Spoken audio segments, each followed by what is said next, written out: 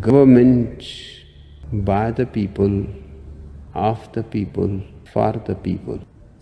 But the people are retarded.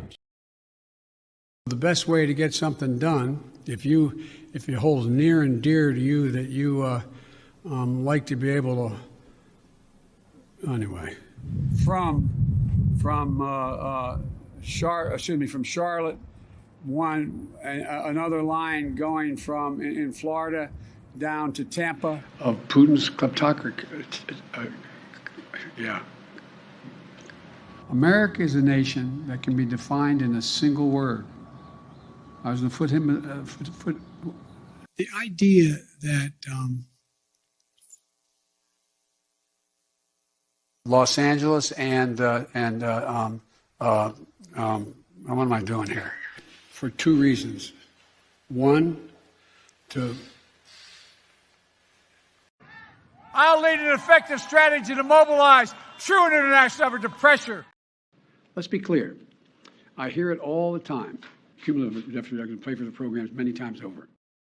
Well, I'm sick and tired of smart guys. Let me start off with two words. Made in America. Made in America. Ooh, welcome back to another night of Shtick with Koolfrogg. This blue moon. Oh, so ready. It's exciting. It's exciting to actually see something new actually coming through. If you didn't catch it and didn't get yourself outside for at least a few minutes tonight, make sure that you do make yourself outside for at least a few minutes. This is the last super blue moon. Blue moon meaning second moon of the month.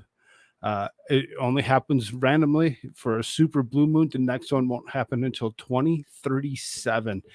Be sure that you get yourself outside for at least a few moments. Oh,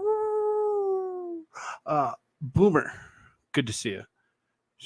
What's woogie woogie? Woogie woogie. Vicky T, good to see you, dear. Glad you're here. Michael Hagen, what's up, brother? Good to see you. Good to see you. Never gets old. It'll be dark in a couple hours. Yeah, well, for you. It's currently getting dark already for me here. Hopefully, by the time I actually end this show, I will actually. I got to turn something off. I forgot that I was still watching something over in Discord, and I'm like, what am I hearing? Why am I still hearing this? I'll be able to actually take myself outside for a few moments. I will hopefully be able to redirect to a premiere that Clumsy has actually produced, and she said that she's going to put up shortly after I end this stream. It's going to be because the stuff that she talks about will be about this moon that we speak of. This moon that we speak of is something to actually pay attention to. I have a feeling that there's going to be a bunch of extra crime per se that will actually happen tonight. It usually happens that way, and especially with it being a rare moon that it is. It should be very interesting to see. Now, again, blue moon does not mean the color of the moon. It is just the second moon of the month. That was weird. What? Wonder if Biden and McConnell taking the same meds. Still raining here, and it won't be able to see it. Oh, that sucks. Are they taking the same meds? Maybe. Or maybe it was something else that they actually took. They also forced everybody else to take at the same time. Yeah, just never know. Now, again, last super blue moon until 2037 rises tonight. Here's how to see it. Simply go outside if you have the chance and look up. You'll see it. If you have the abilities, if it's clear skies, if it's not raining. You should see it, and it should be something to actually pay attention to. It should be fun to actually look at. There wasn't really much of anything more that I need to actually go through. As like I said, I hopefully can transfer everybody to Clumsy once this is done and over with, and she can actually give us a rundown on the moon. before she even does her own regular show tonight. She's supposed to premiere something. So that'd be something to watch and pay attention to. Again, rare super blue moon. Again, you won't see another one of these until 2037. Werewolves like, ow!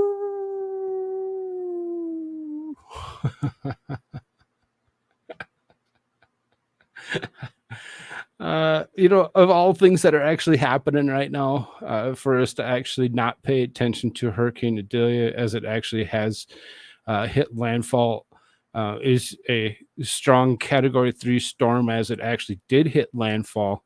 Has actually, I'm going to actually refresh this to see if it makes sure that it actually updated since the last time I opened it, just in case. It has moved a bit since it actually hit. It should be actually, maybe slowing down a little bit. Maybe it's still not a Category 3. Maybe it has actually diminished slightly since this article was actually pulled up earlier this morning, probably about 10, 11 o'clock, that I actually pulled this up and noticed that this is something to actually pay attention to. Let's pray and hope that everybody in Florida, Georgia, South Carolina, and maybe even a little bit of North Carolina are going to be safe. We don't wish harm on anybody. And I mean anybody. There's 0 people that we wish harm on. So when it comes down to it, let's keep everybody in mind, everybody that lives in and around those regions, to be safe, be okay. That projected path, as you can see where it's at, is that axis not in the right spot. That was as of 8 a.m. this morning. It should be up near closer to probably about the border, if not further by now. In my assumption, there's nothing that I can actually do to say for sure other than to actually maybe pull up national weather and see if I can't get something to happen there. Let me see if I can't actually get us a better screenshot of things that are currently happening. It is something to always pay attention to. As we paid attention to Hillary as it came up and it was ready to actually eviscerate California, to watch it diminish off of the Baja Peninsula before it actually did make it into California, though California still witnessed a ton of flooding. See if I can't. Yeah, it's actually moved quite a bit since. It looks like it's actually sitting up further, closer to almost getting back into the ocean off of the other side of the Georgia border as we speak. Let me see if I can't get this up here for you. We'll give you a bigger screen. You can kind of see where it's actually sitting here. It's up, up closer to the border between South Carolina and Georgia. So most of this region has actually been hit with at least a ton of rain, and this particular hurricane, as it's moved itself through, looks like it's actually downgraded itself to tropical storm right now. So 65 mile an hour winds as opposed to the potentials that it was actually at when it first hit landfall earlier today. As you can see, there's another one that's actually formed out in the middle of the ocean here. This is tropical depression 11. So there's several that have actually have this large one here that's all the way up through here. That's still Franklin, if I'm not mistaken.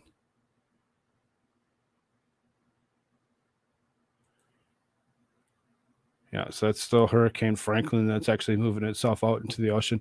It's kind of disturbing to see how far some of these actually go. As you can see, the other side of the world, they're still dealing with theirs. A couple more that are actually going into those areas of Korea, China, and Japan.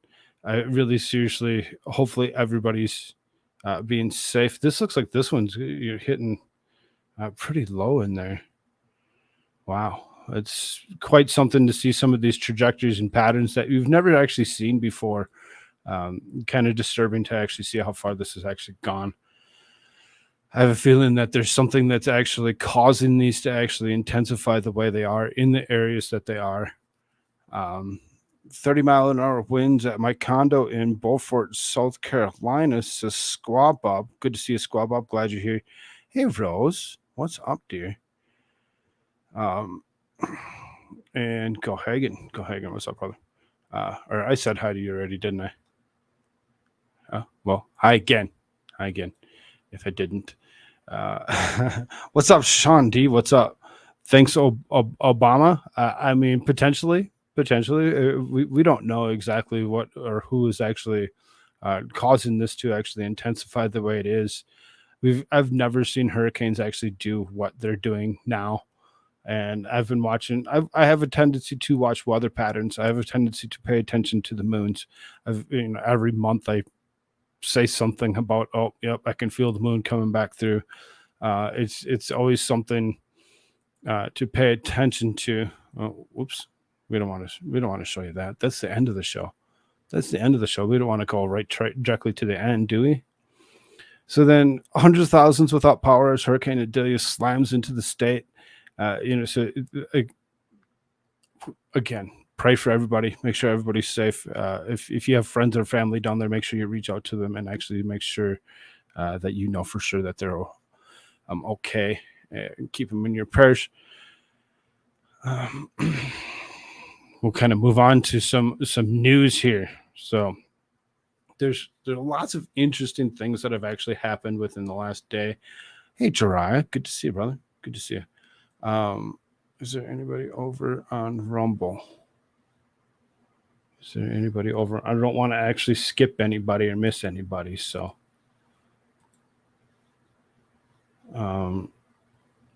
Xiaoming, what's up? Chief Weather Predictor. I'm not sure if I'm a predictor. I usually go off of what I actually see, but so glad to see you. It's been a bit. Let's go ahead and I suppose we can put me back on the screen, huh? Yeah, there we are. White House says North Korea, Russia swapped secret letters in relationship grows closer. Oh, a relationship between them. You don't figure. The White House revealed Wednesday that they'd received intelligence indicating that Russia and North Korea swapped secret letters about the war in Ukraine amid efforts from Russian President Vladimir Putin to obtain more weapons. White House National Security Council spokesman John Kirby did not reveal how the U.S. got the intelligence about the letters, but said Russia is looking for more artillery shells to bolster its supplies in the Russian-Ukraine war. Sure they are. Like they didn't try doing that already when they actually sent an envoy to North Korea to actually go and speak with them, when we actually heard them actually state that North Korea has the largest and almost best well-formed army that anybody's had in a long time. Like we didn't figure that out. Clumsy clairvoyance, what's up? Ow! The letters were more than the surface level, but indicate that weapons talks between the two countries are advancing, according to the outlet. Kirby also noted that Russian Defense Minister Sergei Shoigu recently went to North Korea in an attempt to get more weapons, and that any weapon transfer between Moscow and Pyongyang would violate United Nations Security Council resolutions. Do you think they really give a shit? They don't care. They're not intimidated by the United States any longer. They haven't been intimidated by the United States in the last few years since President Joe Biden took over. They're not afraid of him. They're not afraid of him because they know they can actually simply just buy him out. Just be like, oh yeah, we'll pay you and you'll shut up.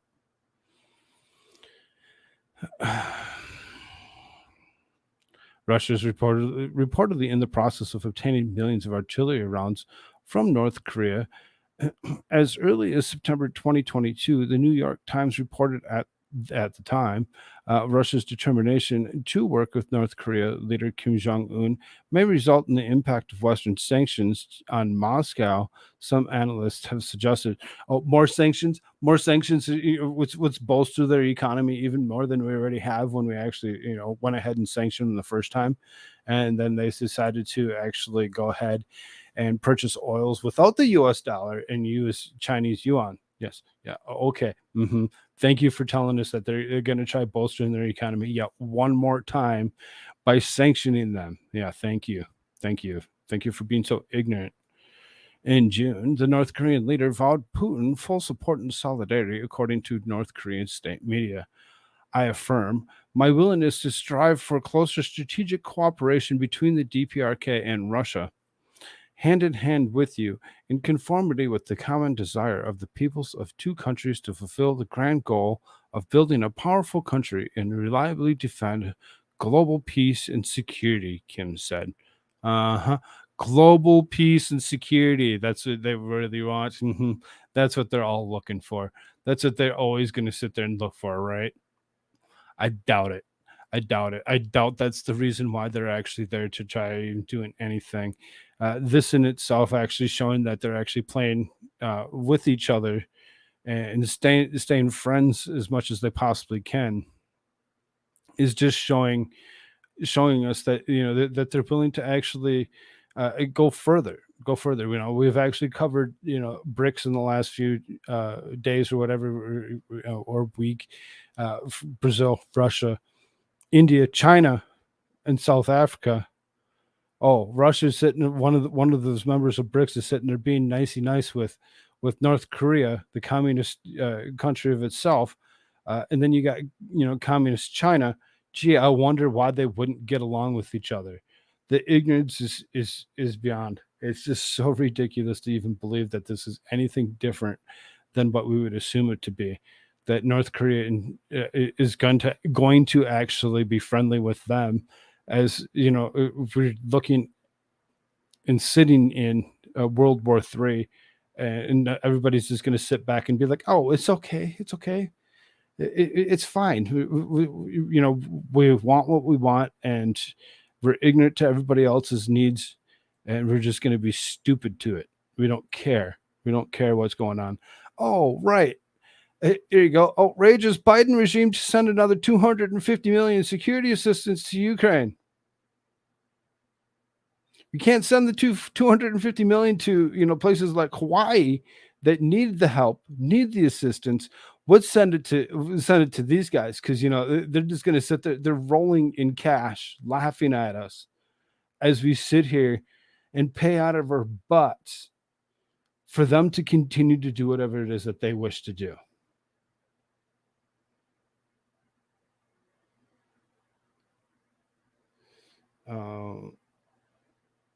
Kirby, LOL, you're right. How can you take that guy serious? Hi, I'm Kirby. I mean, how can you take anybody serious anymore? Do you even take Joe Biden serious? You did what you had to do. That's right. What a wolf does. Yo, wolf. Come on, wolf. Come on, dog. No, I said a wolf, not a rooster. What? Not a rooster. A rooster? That's not a rooster. What the? Oh my lord! I'm more ignorant. I'm arfing, and y'all are.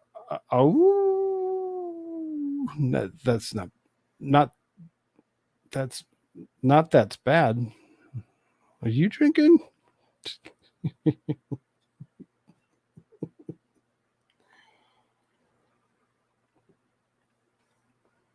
Oh, 250 million to Ukraine is nothing, right? It's nothing to actually add to the billions of dollars that we've already sent. The Department of Defense announced Tuesday that Biden administration will send yet another aid package to Ukraine totaling $250 million. This marks the 45th such package since the beginning of Russia's invasion in February of 2022. This allocation brings the total of U.S. security assistance to Ukraine to over $43 billion dollars, billion dollars, amazing amount of money that everybody just so ignorantly says, "Oh, it's okay. It's for Ukraine. It's for Ukraine," and we should show our love and assistance to Ukraine at all points in time. Today, the department also announced the additional security assistance package to meet Ukraine's critical security and defense needs. The U.S. will continue to work with the allies and partners to provide Ukraine with capabilities to meet the immediate battlefield needs and longer-term security systems requirements. The latest allocations will include AIM-9M missiles for air defense, additional ammunition for high mobility artillery rocket systems, HIMARS, 155 millimeter and 105 millimeter artillery rounds, mine clearing equipment, tube launched, optically tracked, wire guided or tow missiles, javelins, Hydra 70 rockets, over 3 million rounds of small arms ammunition, armored medical treatment vehicles, and high mobility multi-purpose wheeled vehicles or Humvees, demolitions munitions and obstacle clearing, spare parts, maintenance, and other field equipment. Because we don't need any of that. We don't need any of that. We're not in a war ourselves. Nope, we're not in the war. The United States is not in the war. This is their war that they're fighting. We're just assisting them and their adventure. It's nothing to do with the United States whatsoever. No, not at all. Joe Biden earlier this month has already asked Congress to approve an additional $24 billion in assistance, according to Reuters. It can be recalled. Joe Biden said he would support Ukraine's battle against Moscow as long as it takes, in a statement last June. He said that a prolonged dedication to the cause will compel Russia's President Vladimir Putin to reassess the war's value and feasibility. The insistent flow of U.S. military aid to Ukraine has raised serious questions about the U.S.'s role and objectives in the conflict. With over $75 billion already invested, the American taxpayer is left to wonder what the endgame truly is in such an unprecedented and mounting financial commitment. According to the Council of Foreign Relations, the United States has provided Ukraine with more than $75 billion in assistance since the war began.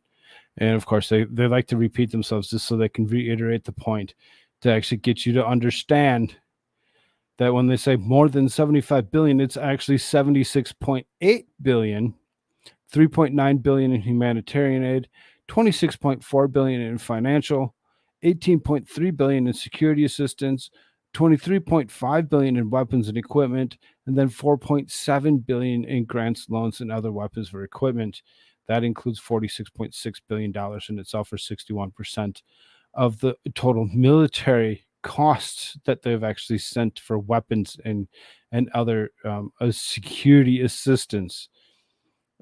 All ridiculous, absolutely a tremendous amount of money for a war that's not ours. Why are we always thinking that we should actually get into everybody else's crap? Did you listen to the audio of Vice President talking to Ukrainian official that's dropped yet? Vice President Biden talking to the Ukrainian official? Maybe not. Maybe not. I don't get to catch everything all day long. I do as much as I possibly can to actually, bring something to you. There's always potentially something that I didn't catch. If there's something that you think that I should actually listen to, you should totally throw that in a DM or somewhere where you can actually show me what you're actually talking about, and we'll see if we can't actually add it into what is actually happening here before we go way too far. So then, because we're talking about Joe Biden, he actually has issues with teleprompters all the time. No matter what. He always has a battle with the teleprompter. He can barely say a word straight. And, he just, ignorantly likes to actually come out and say stupid things. He likes to say stupid things. Let's listen. A drug company that makes a drug here in America If it's sold in Chicago, you can buy the same drug in Toronto or Paris cheaper than you can buy it in Toronto. I mean, in Chicago. I don't know what the fuck I was intended to actually say, so I'm gonna spit out a bunch of bullshit to go lead that up with, so that way when it comes down to the White House having to actually clarify what I was actually intended to say, it doesn't sound like I was being that much of a fucking moron.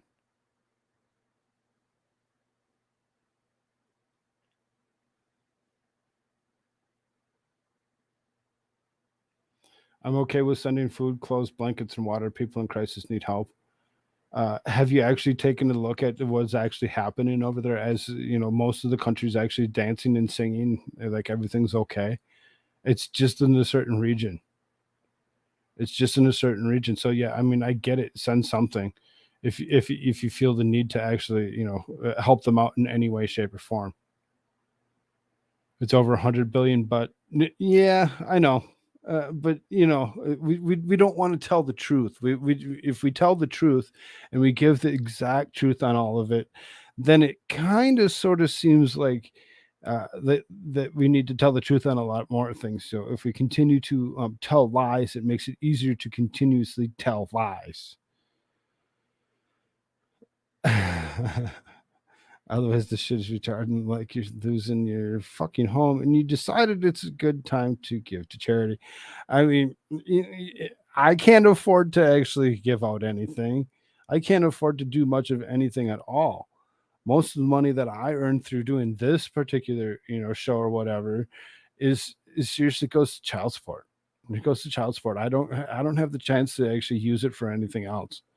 If I use it for anything else, is because I already paid it, the child support that I was intended to pay, and that's it. That's it. What do you guys think are the odds things? What do you guys think are the odds things change? Great. If we actually had not had the idiot of Joe Biden and his abilities to swindle and to watch money be laundered through Ukraine back into FTX, back into DNC's back pocket, which is his own back pocket. Anybody else would have actually stopped this. But so many people went ahead and voted for this idiot because they didn't want to actually vote for the orange man because they were told orange man bad. And they just immediately assumed, oh, orange man bad, we must vote against him, as opposed to actually realizing who you're voting for.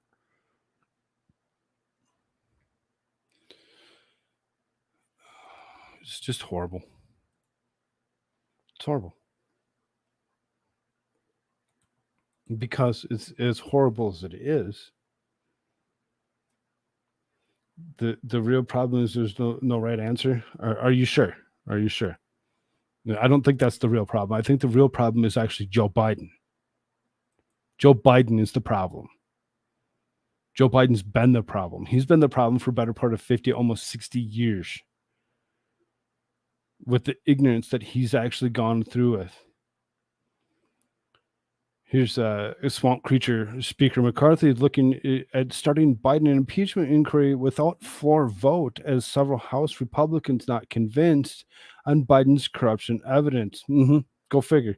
Go figure. There's a couple other rhinos out there that are swampier than McCarthy that decide to not want to actually think that this is some legit that we need to actually look into. Two reports this week by CNN and Politico talk about the troubles Speaker McCarthy has given getting 218 votes needed to initiate a Biden impeachment inquiry within the House conference. With a slim majority of 222 to 212, With one vacancy, McCarthy needs all but a handful of Republicans to support a formal vote on the House floor for an impeachment inquiry, which McCarthy has said this summer is his preference. However, with several House Republicans saying that they're not convinced the evidence brought forth so far by House committee investigation proves corruption by Joe Biden, McCarthy is considering following the method of Speaker Nancy Pelosi used to ramrod the first impeachment of President Trump in 2019 over Ukraine. Pelosi authorized the impeachment investigation by the House and then waited a month to hold the floor vote authorizing an impeachment inquiry. The articles also note that the looming budget battle in September, with the prospect of government shutdown and pending investigations into Biden, the corruption back and forth, the doing the same thing to each other because you don't want to actually hold a floor vote to actually make sure that you should do this legitimately, is ridiculous. It's ridiculous to actually think that they're going to actually try doing the same thing that Pelosi did. It makes you no better. Makes you no better, swamp creature. As banks gets downgraded to America's scramble to protect retirement accounts in physical gold and silver, a faith-based company shows them how. House Speaker Kevin McCarthy and top Republicans have begun to strategize about how to move forward with the impeachment inquiry in President Joe Biden this fall, the latest sign that the House GOP is seriously laying the groundwork to initiate rare proceedings against the current president. In recent weeks, McCarthy has privately told Republicans he plans to pursue an impeachment inquiry into Biden and hopes to start the process by the end of September, according to multiple GOP sources familiar with the conversations, while McCarthy has already publicly threatened to launch an inquiry if allegations from iOS whistleblowers hold up, or if the Biden administration does not cooperate with requests related to House Republicans' Hunter Biden probe. Sources say that McCarthy has sent even stronger signals about his intentions behind closed doors. But leadership recognizes the entire House Republican conference is not yet sold on politically risky idea of impeachment. That's why one of the biggest lingering questions, and something Republicans have been discussing in recent weeks, is whether they would need to hold a floor vote to formally authorize the inquiry. Sources say there's no constitutional requirement that they do so, and Republicans do not currently have a 218 votes needed to open the impeachment inquiry. Skipping the formal vote, which would be a tough one for many of the party's more vulnerable and moderate members, would allow Republicans to get the ball rolling on the inquiry while giving leadership more time to convince the rest of the conference to get on board with impeachment. I mean, you can hold it off like you did with your own, installation of becoming the Speaker of the House and do like 15 votes until you get what you want. During former President Donald Trump's first impeachment, House Democrats ended up voting and both formalized their inquiry and set parameters for the process after initially holding off on doing so amid divisions within their ranks. Both sides of the House are pretty much divided as far as that goes. It's not really a solid way or not. And one GOP lawmaker granted anonymity to speak more freely offered an even blunter assessment. There's no evidence that Joe Biden got money or that Joe Biden, agreed to do something so that Hunter could get money. There's just no evidence of that. Yeah, okay, we didn't talk to Devin Archer. Nope. And they can't impeach without that evidence. And I do not think the evidence exists. Political excerpt from Wednesday says now, 4 years later, House Republicans under McCarthy are considering borrowing a page from Pelosi's handbook. It pretty much reiterates the whole point that was actually made from what was this from CNN. It really seriously says pretty much the same thing. It doesn't really go off. The irony should be a plan hold is rich and hasn't gone unnoticed by Democrats, who spent the better part of Trump's first impeachment warding off GOP attacks and illegitimate impeachment inquiry.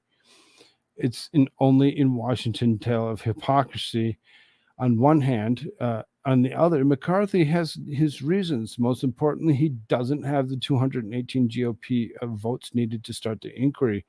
which I kind of would almost assume that he should have.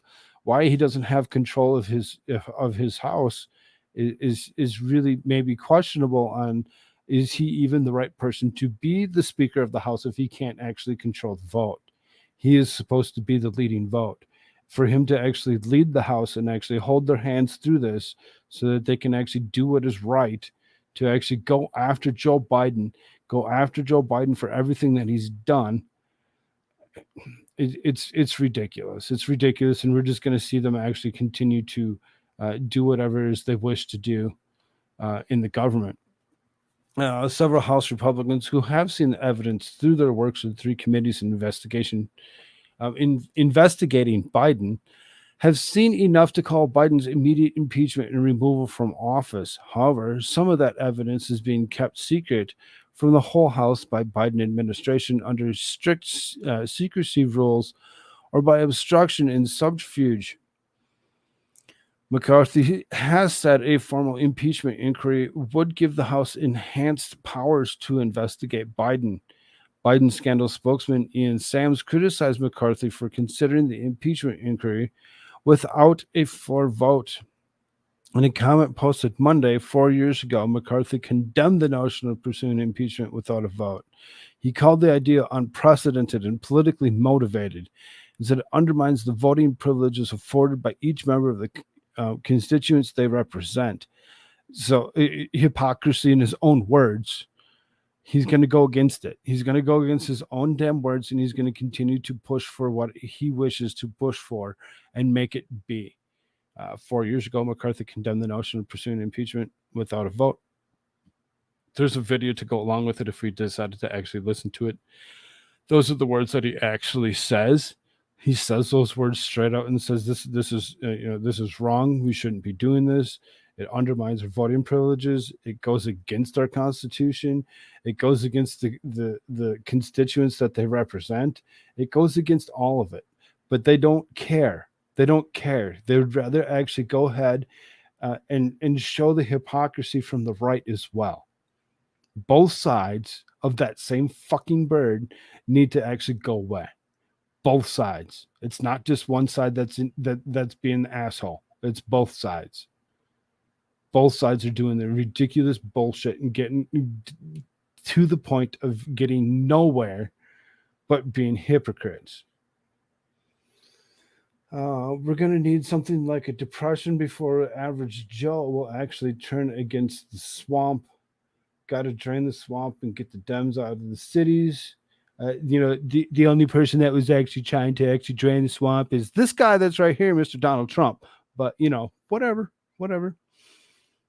Orange man bad. You turn away from him. Don't put him on TV. Don't make it widely known that he's actually who he is. And let's just continue to be ignorant to the point and actually just go ahead and listen to what mainstream media has to tell us, because they're going to tell us the truth.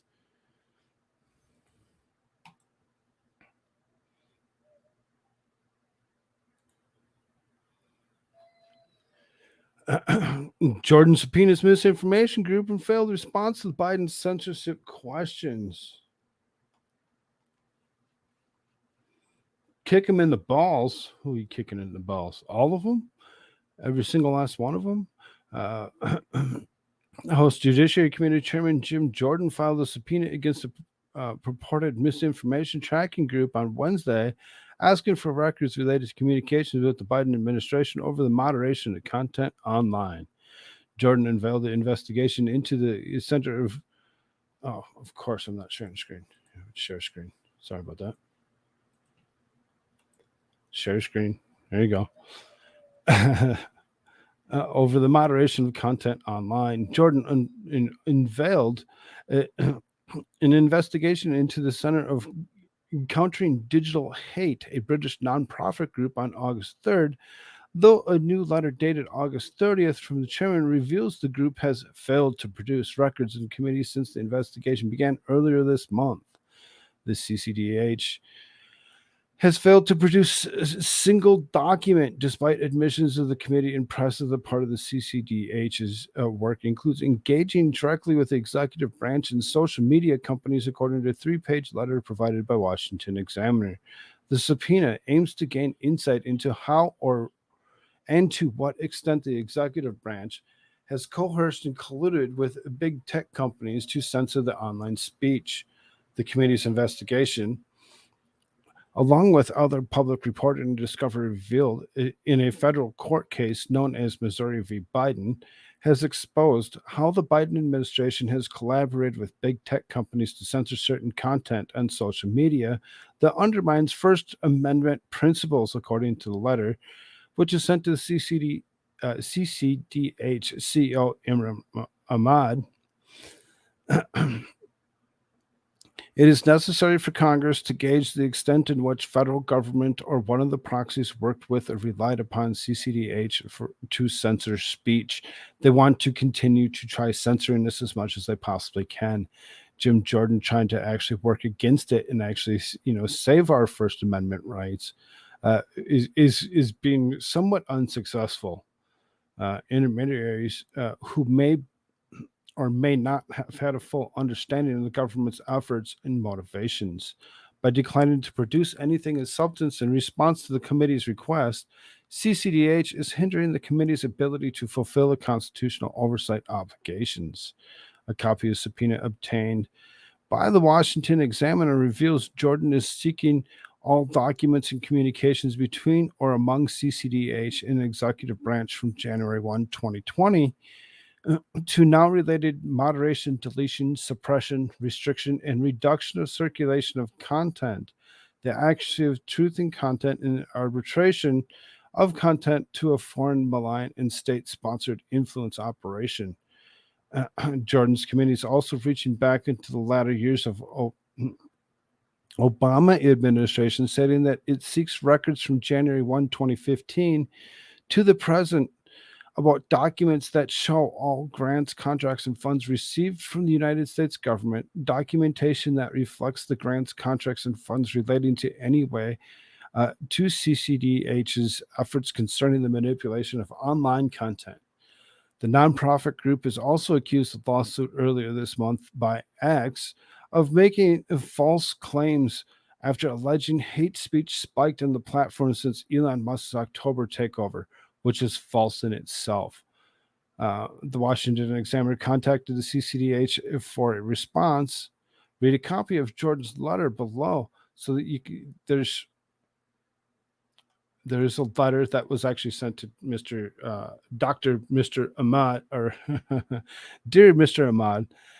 When it comes down to it, this guy, for what it is, has actually tried to control our speech as much as we possibly can, and for him to actually try reaching out to this asshole for his suppression of speech it could hopefully turn into something good for us, as they're trying to suppress everything that we actually say or do.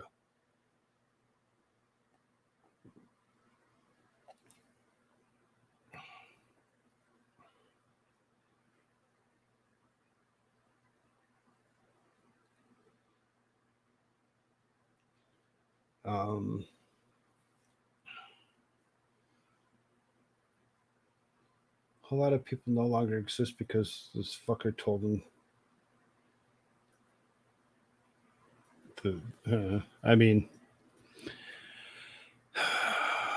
there's a lot that's actually happened.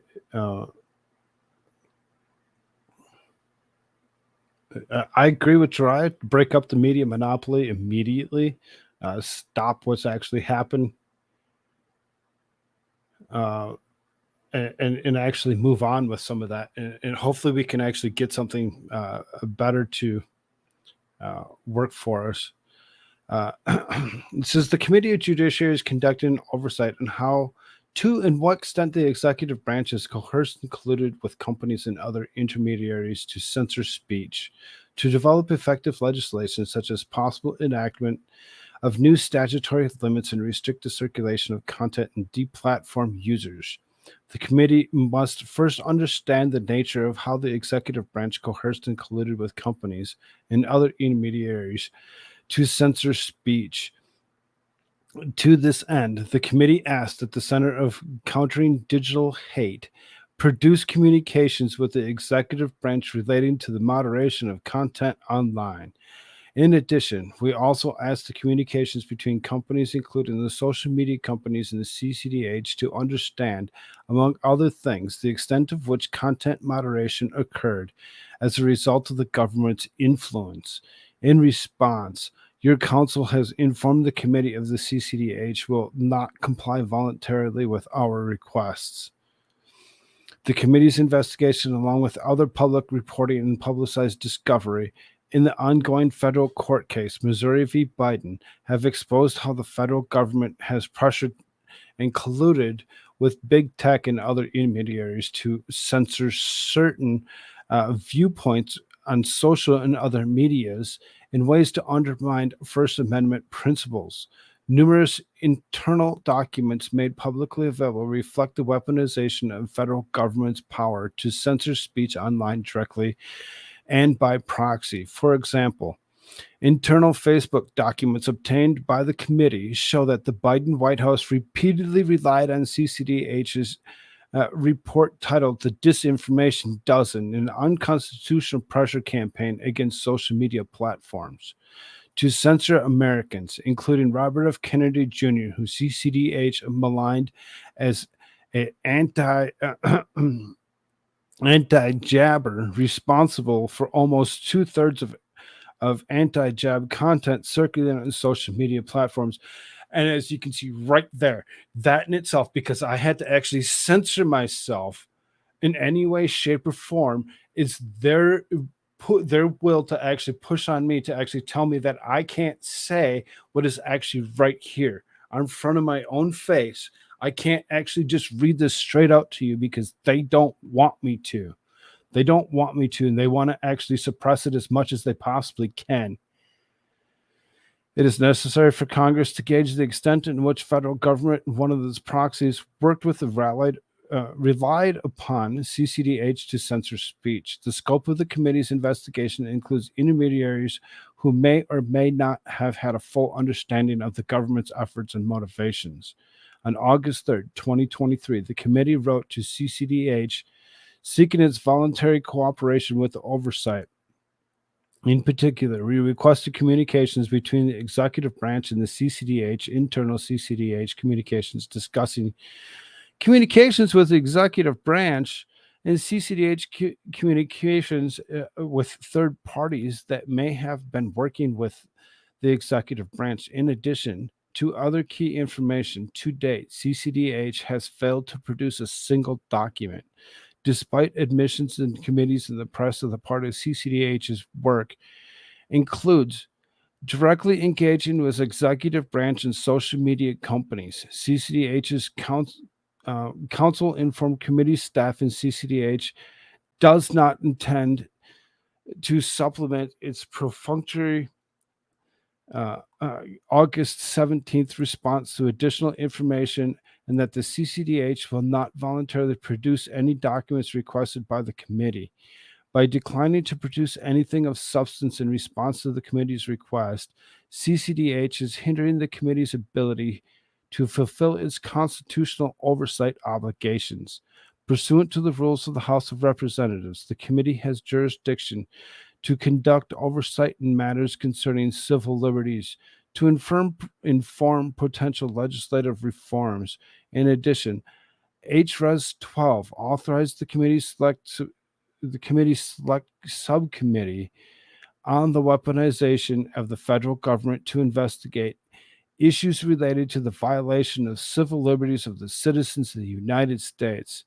Accordingly, given CCDH's inadequate voluntary compliance, please find attached subpoena. Signed, Jim Jordan. He CC'd Gerald Nadler as the ranking member. So then when you actually look at this and you actually see how far they've actually gone, is Jim Jordan's actually trying to subpoena these people the people that actually run CCDH in itself, to get them to come forward and face the committee and be questioned about their abilities to suppress our speech at all points in time. As you heard me actually have to suppress my own speech to actually even bring this to you, is how much suppression they've actually gone ahead and put on us to disallow us to actually even speak of such a thing for the most. It's very horrible to actually see how far they've actually gone with this. And I don't like it. I don't like it in any way, shape, or form. It's ignorance on their part to actually tell us that what we can and can't say. First Amendment says that we have the right to speech. We have the right to actually speak our minds. We have the right to the freedom of press. We have the right to actually continue to bring you the news that you deserve. But for whatever reason, they'd rather actually go the other way and actually continue to suppress us. And they're going to try suppressing us yet one more time as we walk into this election season, to actually take away our voices so that we can't bring you the information that you need and deserve to actually hear. And, as far as that goes, I read articles out of different newspapers. So as far as that is, if I'm bringing you news articles that come from other places, and I'm the one that's being shut down for actually reading them, for giving you an opinion to go over and above it, is kind of ridiculous. They should be maybe shutting down all these other places of press. Oh, wait, would that actually be a smart thing to do? No, that would be just as bad, if not worse. The collusion release it right after election was definitely a move to interfere. Absolutely. I wish there was a Messiah coming, but one fucking coming. And maybe 2 or 3 people have gobbled up all the news networks, the smaller stations. It seems that way, doesn't it? It seems like there's something bigger and better out there that's actually George Soros, that's going ahead and actually gobbling up all news agencies and sources, and actually bringing us one story as opposed to actually seeing both sides of the story.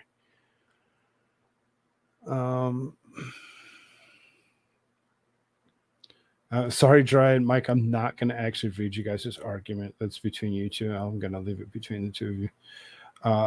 Clickjaw Jimmy, yo. Pretty sure that's why you're going after SpaceX. They want Elon to play ball on Twitter. Yes. If you cannot find the frog here, check out Rumble. Definitely. If you haven't checked out Rumble and you haven't brought yourself over to the Rumble side of things or whatever, if anything ever does happen here, I will be there.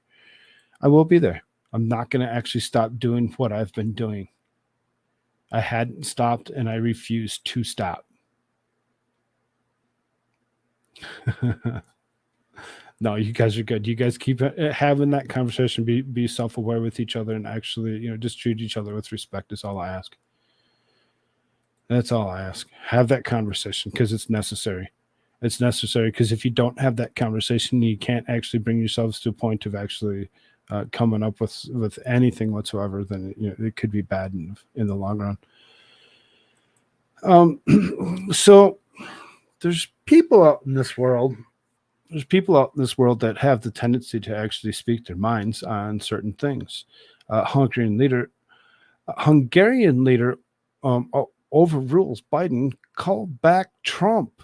He is the man who can save the Western world. Oh, really? Tucker Carlson had Hungarian Prime Minister Viktor Orban on his Twitter show. During the interview, Orban overruled Joe Biden, saying that the only way that Ukraine's situation is to call in President Donald Trump. Orban told Carlson that he believed Trump is the man who can save the Western world from a nuclear war. So if you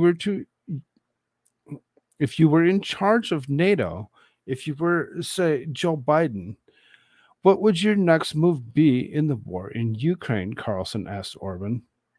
What would you do? Orban said, peace immediately. Call back Trump. That's the only way out. Call back Trump because, you can criticize him for many reasons. I understand all the discussion. But the best foreign policy is to of recent several decades belong to him. He did not initiate any new wars. He treated nicely the North Koreans and Russia, even the Chinese. He delivered a policy which was the best one for me for Middle East, Abraham Accords. Yes. So that was a very good foreign policy. He criticized that he's not educated enough to understand the world. But this is not the case. Facts count. And his foreign policy was the best one for the world in the last several decades I have seen. And if he would have been the president at the moment of the Russian invasion started, it would be not possible to do that by the Russians. I don't believe under Trump that this would have actually happened. I believe that they wanted to actually see Hillary Clinton in play, and that would have actually caused them to actually start this war sooner. Only because Trump was there and he would have disallowed this to actually happen, as he would have not have actually continued to push for NATO to be a thing. He would have not have actually pushed for the proxy war to happen, that Russia would not have attacked, in my opinion. So Trump is the man who can save Western world, and that probably the human beings of the globe as well. That's my personal conviction. He had that Biden's blundering could lead us to World War III. As you can see, there is a speech here that you could actually listen to. That's episode 20 of Tucker Carlson on X. And when it comes down to it, it's a lengthy speech, something that I'm not willing to actually go and listen to here, as I believe that Tucker Carlson goes and he brushes up against that line. He brushes up against that line that gets really close to the being yeeted from places like YouTube, which is the reason that he does Tucker on X or Twitter and not anywhere else. I don't believe that it's a good deal to actually play his episodes anywhere else, other than maybe on Rumble exclusive. When it comes to running this on YouTube, it's a big no. I will not do that.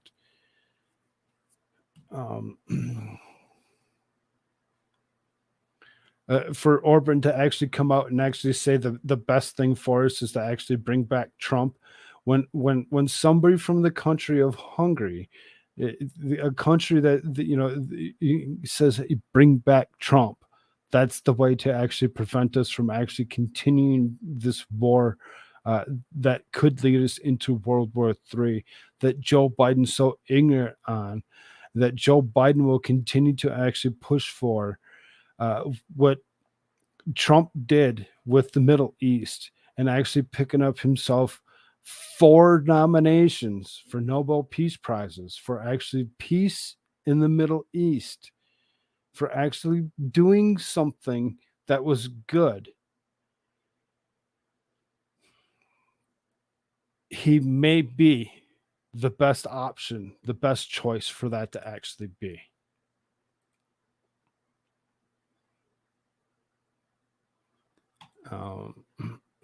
And that's my opinion as well. I'm with Viktor Orban on this when it comes down to it. Yes, bring back Joe Biden. Oh, wait. No, fuck Joe Biden. Nobody likes Joe Biden. Take him out. Bring back this guy, right? Call back Trump. Call back Trump. That's what we want. We want Trump. Everybody feels the same way. everybody's felt this crunch that Joe Biden has actually done to us and what he's actually done for the ignorance of himself and not for anybody else. He does not care about anybody else. He never has. He never has in the 60 some odd years that he's actually been part of this government that we all hate so much. I think he's a big peddler of a lot of things. So these next couple, I'm going to kind of skip over this a little bit. And we'll kind of push through this kind of quickly. Mark Meadows testifies in bid to remove Georgia indictment to federal court. Former White House Chief of Staff Mark Meadows shocked the legal community on Monday when he took a witness stand for 5 hours in his attempt to remove Fulton County, Georgia indictment against him to federal court. Meadows is charged with 2 counts of the 41 count indictment that named himself, former President Trump, and 17 others. Meadows is being charged under Georgia's Racketeering Influence in Corruption Organization statute for soliciting the official to violate his oath of office. Meadows to actually go ahead and actually push for this over and over again to actually make this move from Fulton County to federal courts immediately. Maybe the best thing for this particular case when it comes down to it. I really don't think that any other way is really going to fix the issue. Federal judge orders second hearing removing Georgia election case. The federal judge who's ordered a second evidentiary hearing for removal of the Fulton County case against former President Trump and 18 others over violating the RICO Act in their challenge for the 2020 election result. Fulton County District Attorney Fannie Willis, who's prosecuting the case, claimed that the actions constituted a criminal racketeering enterprise and gave 19 defendants what she wanted to actually face them with. All defendants surrendered before the deadline. Jeffrey Clark, a former Department of Justice official, filed a notice of removal on August 24th, requesting that this case be moved from state to federal court, where he's expecting the charges to be dismissed. A request to expedite the process before the arrest deadline was denied by Judge Steve Jones in the U.S. District Court in Northern District of Georgia, who will oversee the hearings related to the removals. The hearing will take place on September 18th in the district attorney's office until September 5th to file a response. So, within the next week, we're going to actually hear if there's actually a response that's actually been given by district attorney's office. Within the next few weeks, we'll actually see or have a hearing be had on this particular case, and if this actually continues to even move forward. It sounds like it will probably move forward, and we'll probably hear something on the 18th of September come up here. It's kind of disturbing to see how far these political motivations have actually gone. It's disturbing. It's disgusting to actually see how far they've actually gone with all this.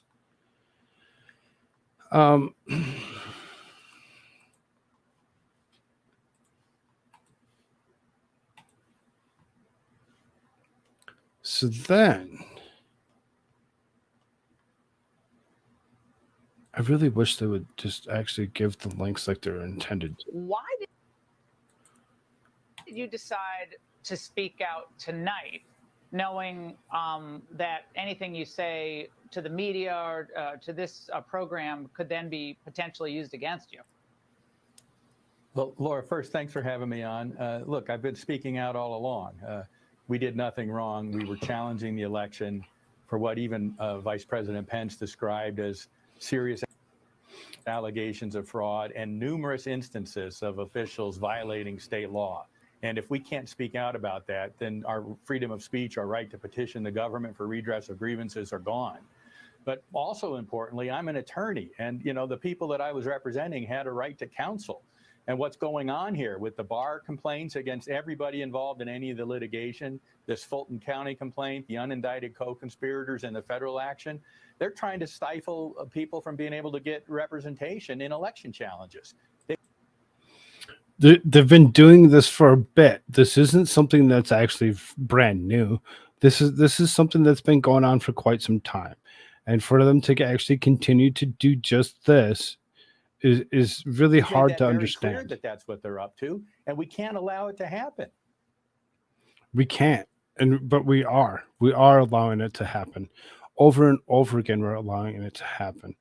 We're actually seeing them actually hold these other people, these 30 other people that are considered to be part of this indictment, unnamed, redacted names, people that they don't want to bring forward and say, oh, these people are actually on there as well. They know, the people know that are actually on there know about it, but for whatever reason, they want to hold it from the public. With holding it from the public, it does what? What is it good for when they actually want to withhold all of it? Everybody else that's actually part of these indictments, why would they want to hold it away from us? Oh, because they know if they told us that we would start waking up to certain situations, and there's going to be an awful lot of people that are going to be like, no, you can't charge that person. You can't charge that person. These people had nothing to do with what you're actually trying to do. The ignorance of this Fulton County judge of Fannie is just that, ignorant. She's untrustworthy and unreliable as a good source. She's not been doing her job correctly, in my opinion, and I think that people need to actually wake up to the situation and make it happen to be that all of these indictments just go away. They're throwing just exactly what they said that Trump was actually doing right back at him with their own hypocrisies. When it comes down to it, that's exactly what they're doing. They're going after him, politically motivated. And this is not going to just end, off of, it's not going to end easily. There's nothing that is. So then I know I kind of skipped through that pretty quick. Why? Because there's not a lot to it that we really need to actually understand that I haven't already tried to cover. And as we're moving closer into this election season, I can see them actually trying to push election mis or disinformation on just about anybody so that they can stop us and suppress us from actually bringing you any thoughts of any sort. DA should be held criminally responsible for political prosecutions such as this. I agree, Boomer. I agree 1,000 times over.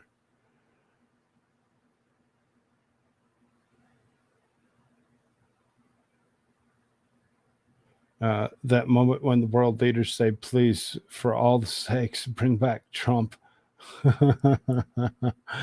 Yes, when world leaders come through and actually start saying, you need to bring back Trump, that's the only way this is going to end.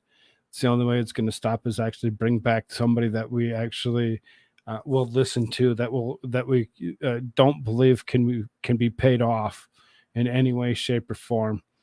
Is the only way it's going to end. Joe Biden's been compromised, and he's going to continue to be compromised. This guy, Al Sharpton, gets desperate as mugshot backfires, accuses rappers of being seduced by Trump. Al Sharpton threw a temper tantrum about all the rappers who came out to support Donald Trump after his mugshot was released. Sharpton blasted rap stars for being seduced by Trump, as many have started to relate with the persecution suffered by the 45th president. They used to rap about him anyway, like they wanted to be like him because he was a rich billionaire. They wanted to be like him. They used to rap about him all the time. But now, the rap stars are being seduced. Like they weren't actually already, they didn't like him before. It's the media that they were listening to that's actually changed their opinions on so much. And now us and this ignorant assholes coming back around. The civil rights grifted pushed false claims about Trump to try to undermine him in the eyes of the Black Americans. Let's go to the 1990s when 5 young Black and brown young men were falsely accused of raping a white woman in Central Park. It was Donald Trump who took out ads in the papers in New York saying that they should get the death penalty. However, these deceitful claims by Sharpton are intentionally misleading. Trump has always spoken out against crime in New York City, as we should. We should always speak about crime and speak out about it, no matter where it comes from, whether it be New York City or Minneapolis or any other small town across the United States. Crime is crime. Call it out for what it is. When the victim, Trisha Mealy, was brutally attacked in Central Park in April 1989, Trump demanded tough action against the perpetrators. On that night of the attack, dozens of teenagers were entered into the park, and there were reports of muggings and physical assaults. On May 1, 1989, Trump, at the time a real estate magnate, published full-page advertisements of the 4 cities' major newspapers. He called for more police to deal with soaring crime and return to the death penalty for murder. Trump said he wanted the criminals of every age to be afraid and demand tougher penalties for violent crime. The ad called for death penalty for the murder for no mention of Central Park grape cases, which, while horrific, nobody was killed. Graping's okay now, according to Al Sharpton. As long as you're Black, you're okay. As long as you're Black, you're okay. Because you can't be racist if you're Black, according to him. Trump made this call in response to overall crime in New York, which had spiraled out of control at the time. Nevertheless, the Democrats who claim that Trump made racially motivated calls in Central Park 5 in face of the death penalty during the trials, which is false. Years later, the convictions of those arrested in the crime were overturned. The case is often used by Trump's critics to spread the false narrative that he demanded the death penalty for innocent Black teenagers, which isn't true. The truth won't stop Sharpton from repeating the false story, however. So they want to cite how Blacks have been abused by the criminal justice system. Cite the case where we've lost, and eventually, if it's proven these 5 young men that Donald Trump called on to get the death penalty was in fact innocent.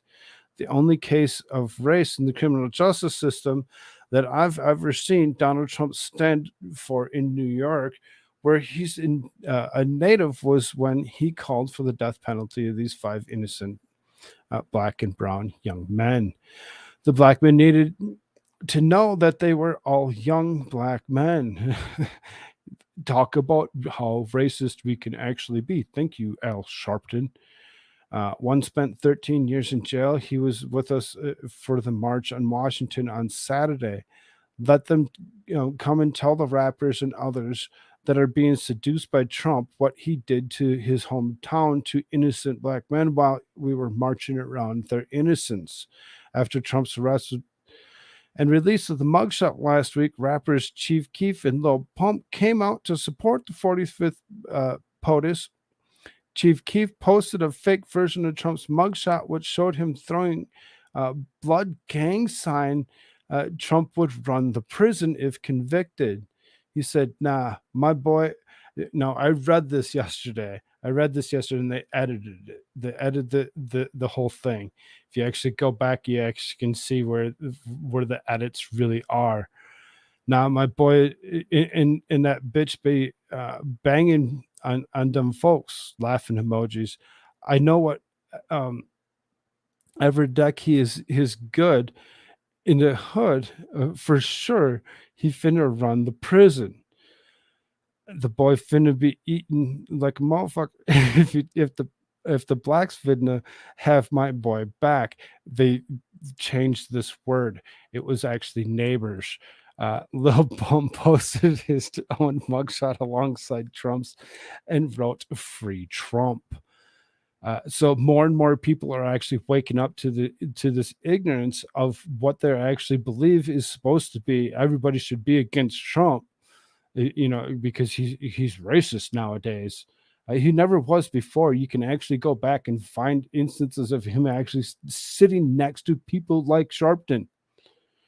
Trump pardoned 2 prominent rappers, Kodak Black and Lil Wayne, all at the end of his first presidency. He sure did, as well as plenty of others that just so happen to be black in themselves. This guy, to throw his ignorance around, is just that, ignorant. He is the ignorant one.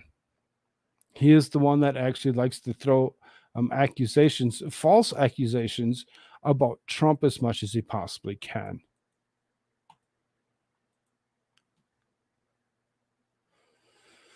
So then I'm going to actually stop sharing that for a second.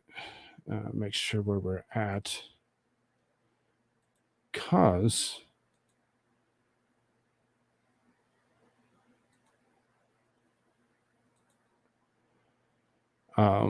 as we speak of Al Sharpton, and his stuff, there's somebody that actually had something to say several years ago about Al Sharpton.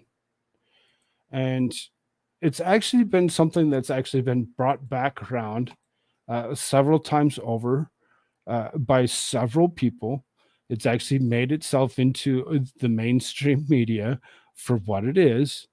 And they keep on actually bringing it up. And it's something of importance that we should all pay attention to when it comes down to it, because he's been called out years ago, back in 2003, for being just that.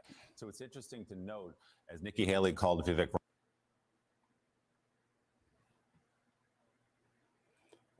Did I not share that right?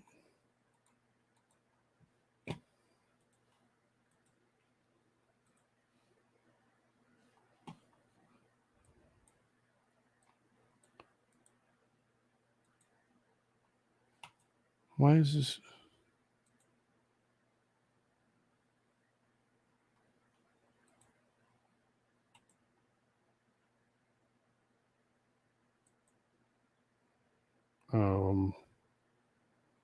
Why did I lose sound all of a sudden? I seem to have actually lost sound myself. I don't want to actually do this if this is the case. I just heard the freaking voice. Why are they suppressing this now?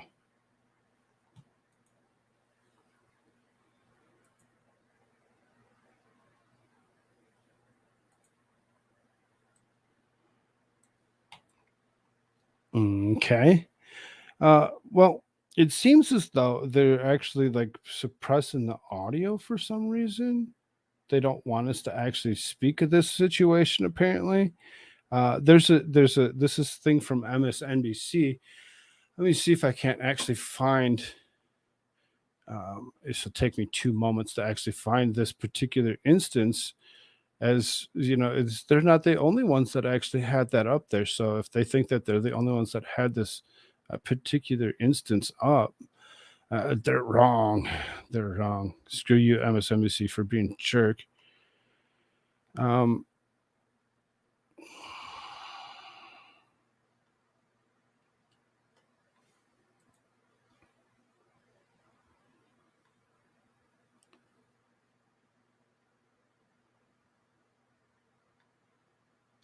And I don't want to bring you guys too much dead air. So, as far as that goes, the performance that was actually given way back in 2003 by the likeness of Vivek Ramaswamy, actually going ahead and calling out what was actually here, let's do this one. This one seems to be working. Why the other one's not working is beyond me. I don't care. We'll do this one instead then. So it was Vivek Ramaswamy in his actual, footage from back in 2003 when he actually calls out. Hello, I'm Vivek. It's lost video of an 18-year-old Vivek Ramaswamy at a presidential town hall from 20 years ago. And I want to ask you, In the newly unearthed video, listen as he asks the presidential candidate Reverend Al Sharpton about the very thing Ramaswamy is currently accused of, lacking political experience. and my question for you is, of all the Democratic candidates out there, why should I vote for the one with the least political experience? Well, you shouldn't, because I have the most political experience. He lied back in 2003 saying that he was the one with the most political experience when that was indeed a lie. It was a lie for what it was, and he's going to continue to actually, push for it to actually be something. I actually had the MSNBC footage, so, At the time, Ramaswamy was a freshman at Harvard University. But during last week's Republican presidential debate, the tables were turned, and it was now the 38-year-old tech entrepreneur who found himself on the hot seat for lacking political experience. So you have no foreign policy experience, and it shows. And you know, we don't need to bring in a rookie. We don't need to bring in people without experience. We don't need a rookie. Meantime, Eminem wants And of course, and that's why I had the other one, because they didn't actually have this performance to play Eminem's music or whatever of Lose Yourself, because Eminem and his cuckold self will actually strike anybody for using his music because they don't like it. They don't like it, and they're going to do whatever they can to actually suppress you from actually playing his music. says it will comply. The rapping to the real. If An actress, Cheryl Hines, is calling for Secret Service protection for husband Bobby Kennedy Jr. The long-shot Democratic presidential candidate is fuming, saying the Biden administration has denied his request for protection. As far as we can tell, I'm the first candidate in history to be denied Secret Service protection. See, they actually moved themselves on through the story as opposed to actually talking about Vivek Ramaswamy and him actually calling out,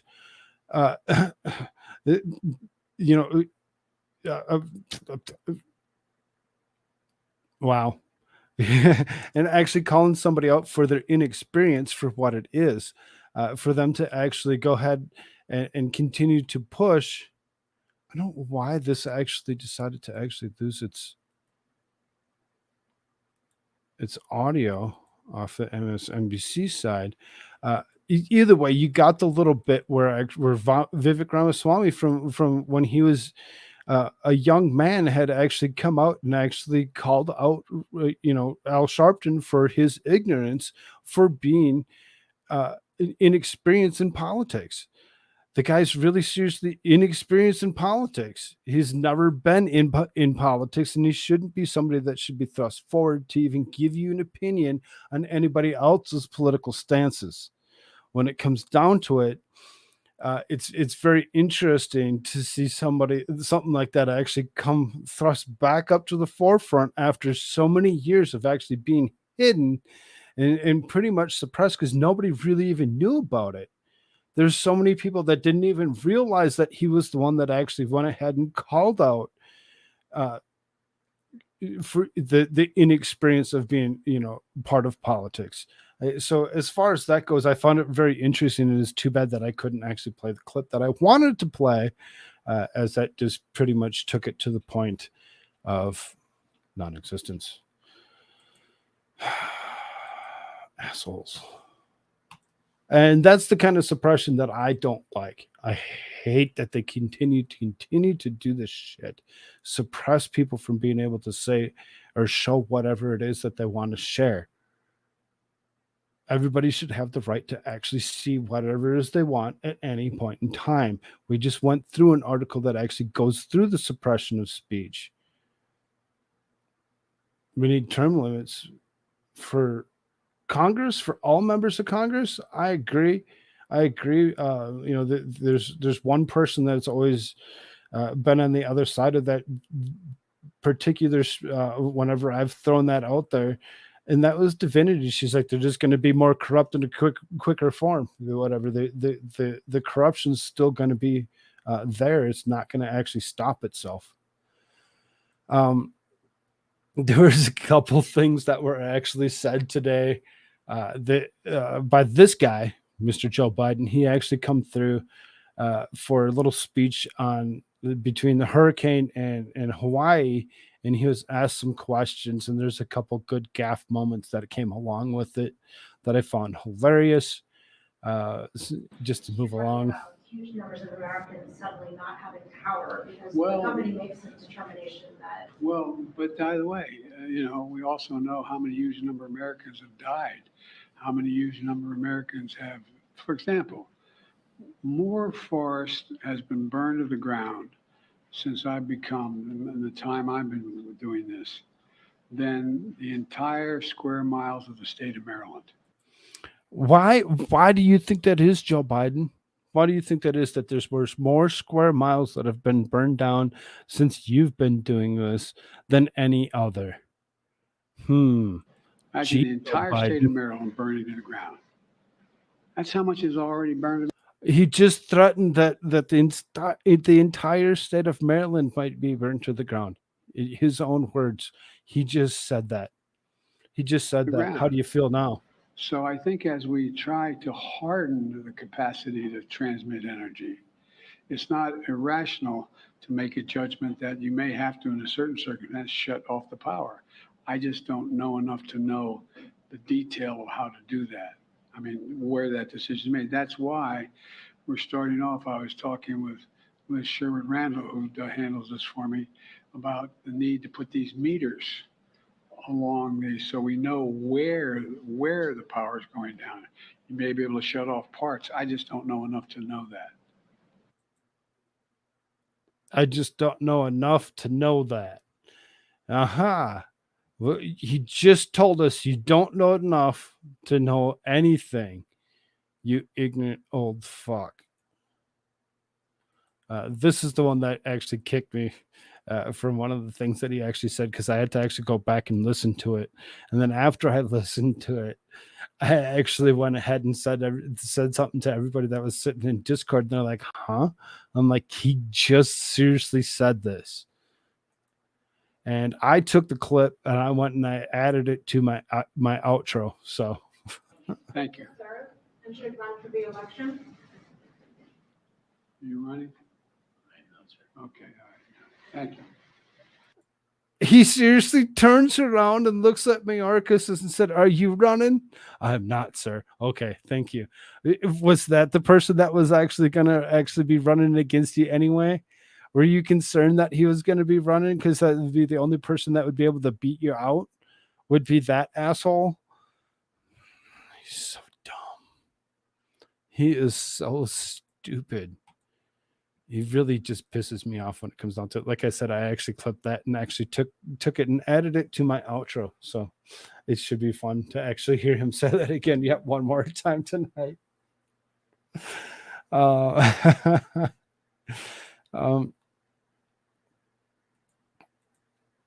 So then I know.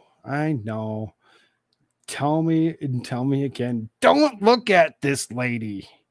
Allies in Harris upset Governor Gavin Newsom's disrespect, upstaging of VP. A report on Tuesday has cited several people close to the Biden administration, said far-left California Governor Gavin Newsom is getting under the skin with his constant attacks on GOP lawmakers, states that the presidential candidate in what they view as a clear attempt to position himself for a future presidential run. According to NBC News, Newsom is increasingly being viewed as a nuisance to some of President Joe Biden's political advisors, according to 4 people familiar with the matter. Though Biden's camp no longer sees Newsom as a wannabe challenger, and some of Biden's orbit praise him as acting as the top campaign surrogate, Newsom's plan to debate Florida Governor Ron DeSantis on television carries more risk than potential reward. These people say that has caused consternation within Biden's operation and among Vice President Kamala Harris's allies. Harris readers may recall was serving as one of California's U.S. senators before Biden picked her as his running mate.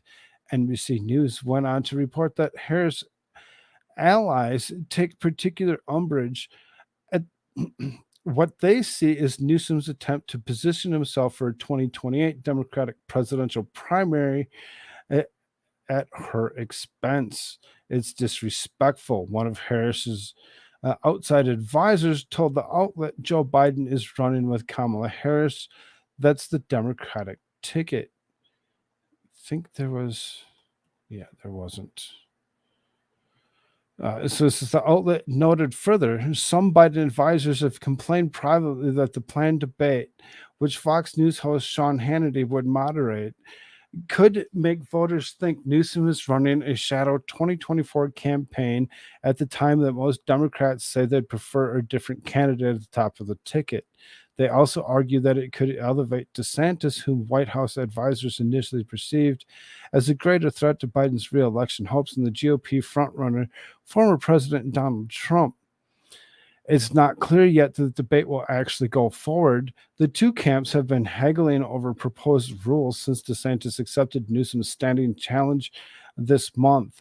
But the specter of two governors going head-to-head is highlighted the degree in which Biden's interests aren't always clear and can diverge from Harris's interests. There is also an issue at Harris's chronically bad approval ratings. While Biden's are nothing to crow about, Harris's have consistently been worse, a lot worse. The Western Journal notes as of Monday, Biden's aggregate ratings in the Real Clear Politics polling average sits at 42.1% approval and 53.4% disapproval, an 11% gap. Harris, who is supposed to be taking the yoke right about now, if all went according to what felt like an unspoken plan, it is 37.1% approval and 53% disapproval. That's just shy of a 16-point differential. The much worse than Biden, who comes across as more likable by shuffling around like a zombie, apparently. In addition, none of the assignments given to Harris by Biden have turned out favorably, beginning with making her a sort of a border czar, an impossible task given by president, has set policies in the border that led to historic levels of illegal immigration. At 80 years old, Biden definitely shows his signs of his age and the problem that more and more Democratic voters are considering as he runs for re-election. It appears that much of the concern is that in case he becomes incapacitated and can no longer serve, or worse, should he pass away while in office, that would mean Harris becomes president, and that's not something most Americans or either party want to see. According to new surveys, she is unpopular, that she is seen as harming Biden's reelection chances.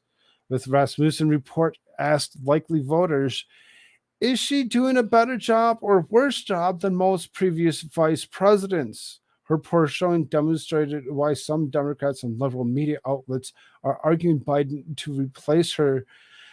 And on his reelection ticket, according to a new survey shared in Secrets Wednesday, 50% said she is worse than most previous vice presidents. 22% said better, and 24% saw no difference.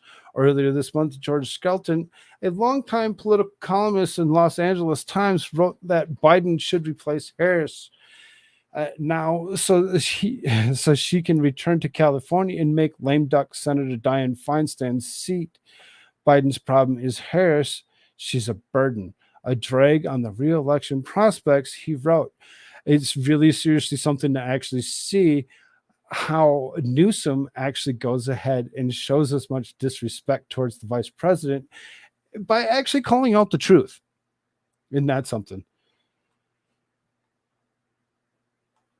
Mike Hunt, critical hits for $4.99 super sticker, as well as 3 hippos in the water, also a super sticker for $4.99. Thank you so much for those super stickers. I really do appreciate it. That's awesome. Thanks again. Expo 75 over on the Rumble side is sitting there with your spam messages. Not gonna eat rat, dude. Don't spam. Don't spam. Not gonna happen. Not gonna do it. Told you several times, and I feel that Expo 75 is just a bot. You continue to spam and find out. You'll get yeeted.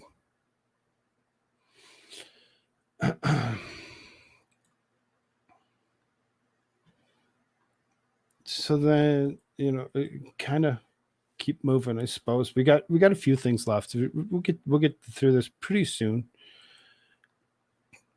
Manchin and his daughters pitching donors on Centra's political group. Senator Joe Manchin and his daughter Heather Manchin are working on a $100 million project to boost Centra's policies and candidates, according to the new report. Heather Manchin, a former Fortune 500 CEO, told Wall Street Journal she registered a politically active nonprofit organization called Americans Together in July and plans to hire staff soon. She clarified the group is not linked to her father's political future, which remains unclear. The West Virginia Democrat has not announced whether he will be running for re-election in 2024. In a ruby red state, President Joe Biden lost by 40 points last cycle and has openly flirted with a third-party run for president in 2024. Earlier this summer, he said that he had considered changing his party affiliation from Democrat to Independent.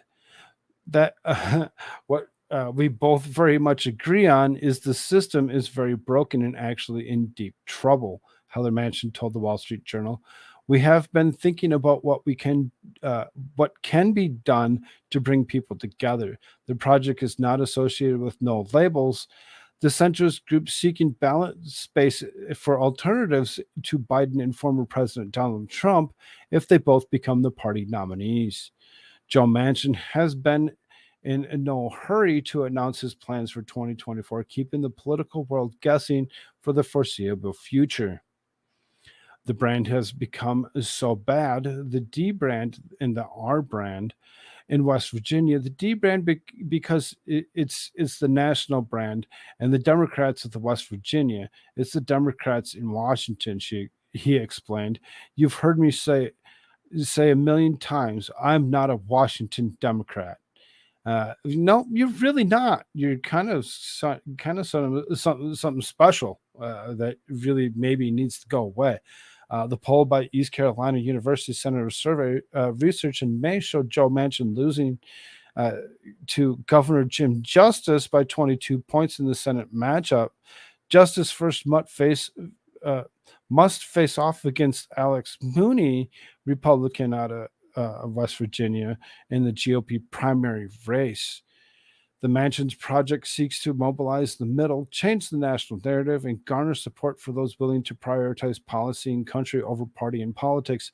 Heather Manchin in herself actually trying to do something politically motivated to try starting up a centrist party for what it is, or a group, is kind of interesting, as her daddy just so happens to actually be potentially looking at that third party nomination for president, though they're not affiliated with each other.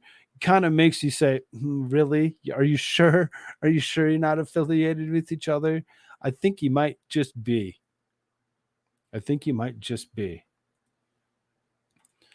So then it really seriously seems that way. A couple other swamp creatures to speak of here before we move ourselves through other things. We got McConnell freezes up again mid-speech during press conference. Yeah, one more time. Oh, yeah, there you go. One more time. About what? Running for re-election in 2026. Oh. That's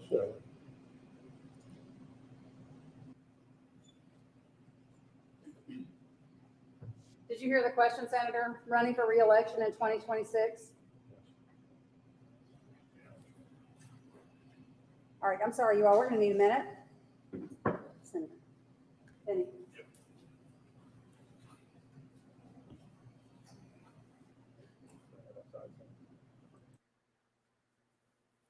Would you like to go outside, sir?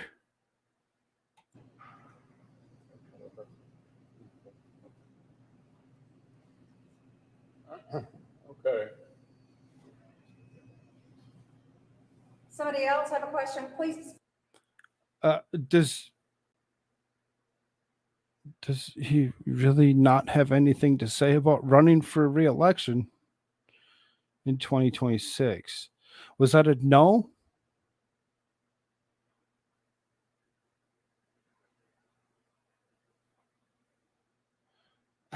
Try.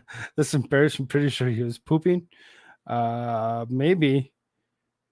I mean, brain fart. Maybe there might have been something that just wasn't clicking when it came down to it.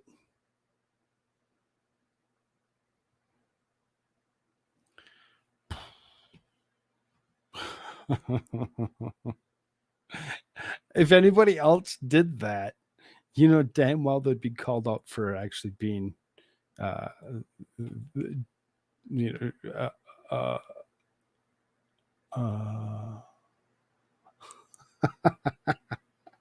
wouldn't you question them? Is there something wrong, sir? Is there something wrong with you? Do you think we can actually get any answer out of you whatsoever on what's actually coming up in the near future? Are you assuming that you won't make it to 2026? Are you just assuming that you should maybe step down now?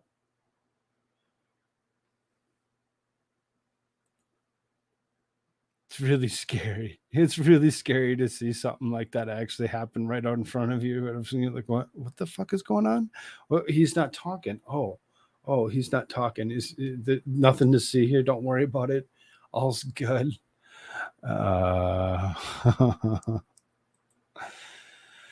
Democrat runs CDC explosion of hate crime. The Center of the study of hate and extremism found that hate crimes are exploding in Democrat-run cities. Oh, you don't say. It's not the Republican cities that are the ones that are full of hate. It's the Democrat cities that are full of hate. Yes. Okay. Naturally, Axios doesn't inform its readers that every single one of the hate crime hotbeds is run exclusively by Democrats. In most cases, Democrats have ruled these hate-filled cities without any Republican opposition for decades. In Democrat-run Chicago, hate crimes are up. This is not a typo.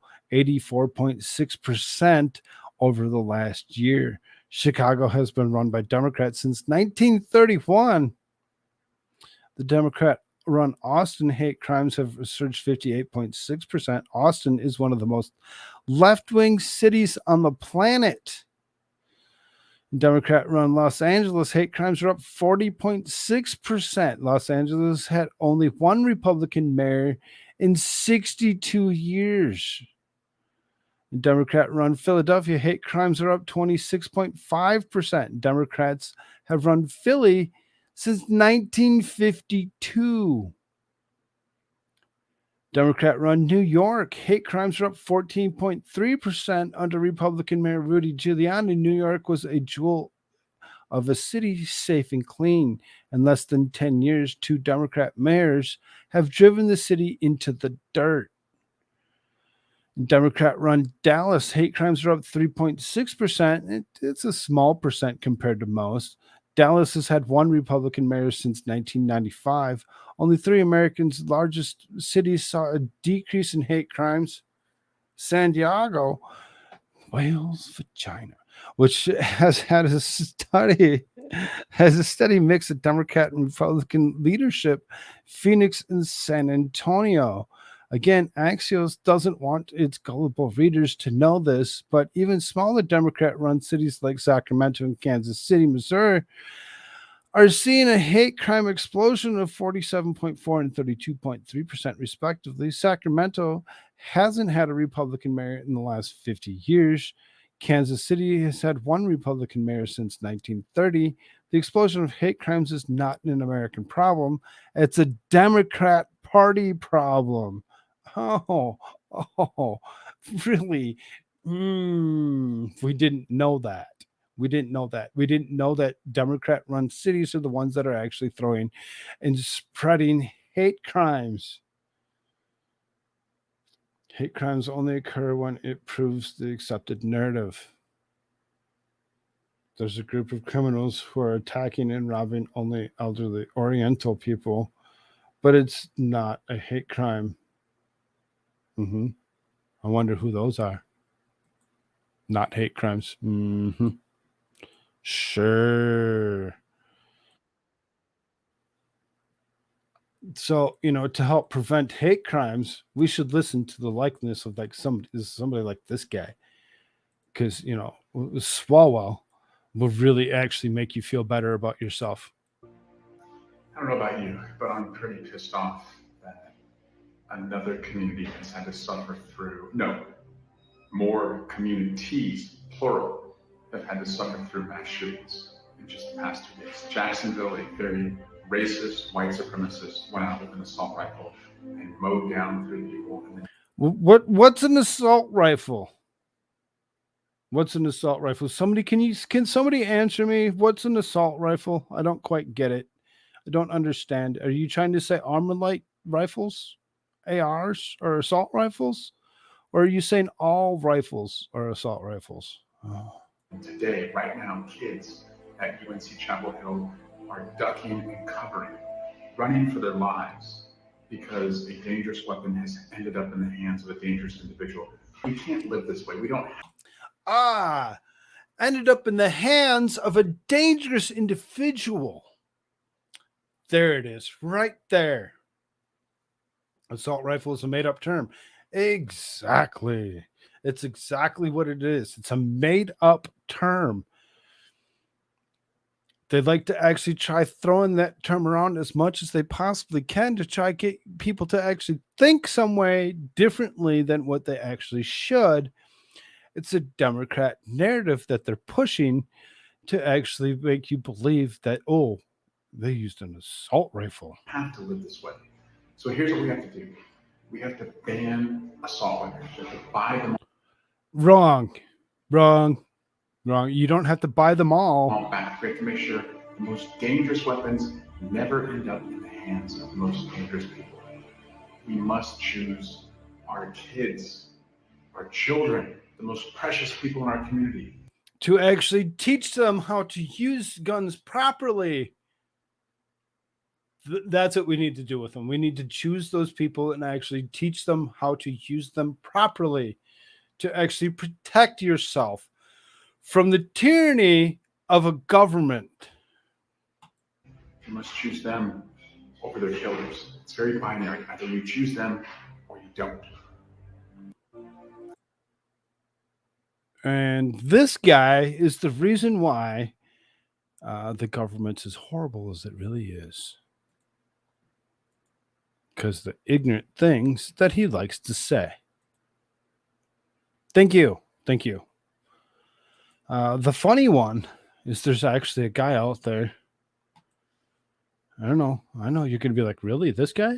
Yep, this guy. Sheriff shreds Democrats' anti-gun narrative after Florida shooting. The problem is the individual. The Florida sheriff has shredded Democrats' favorite anti-gun narrative in a wake of the shooting in Jacksonville over the weekend.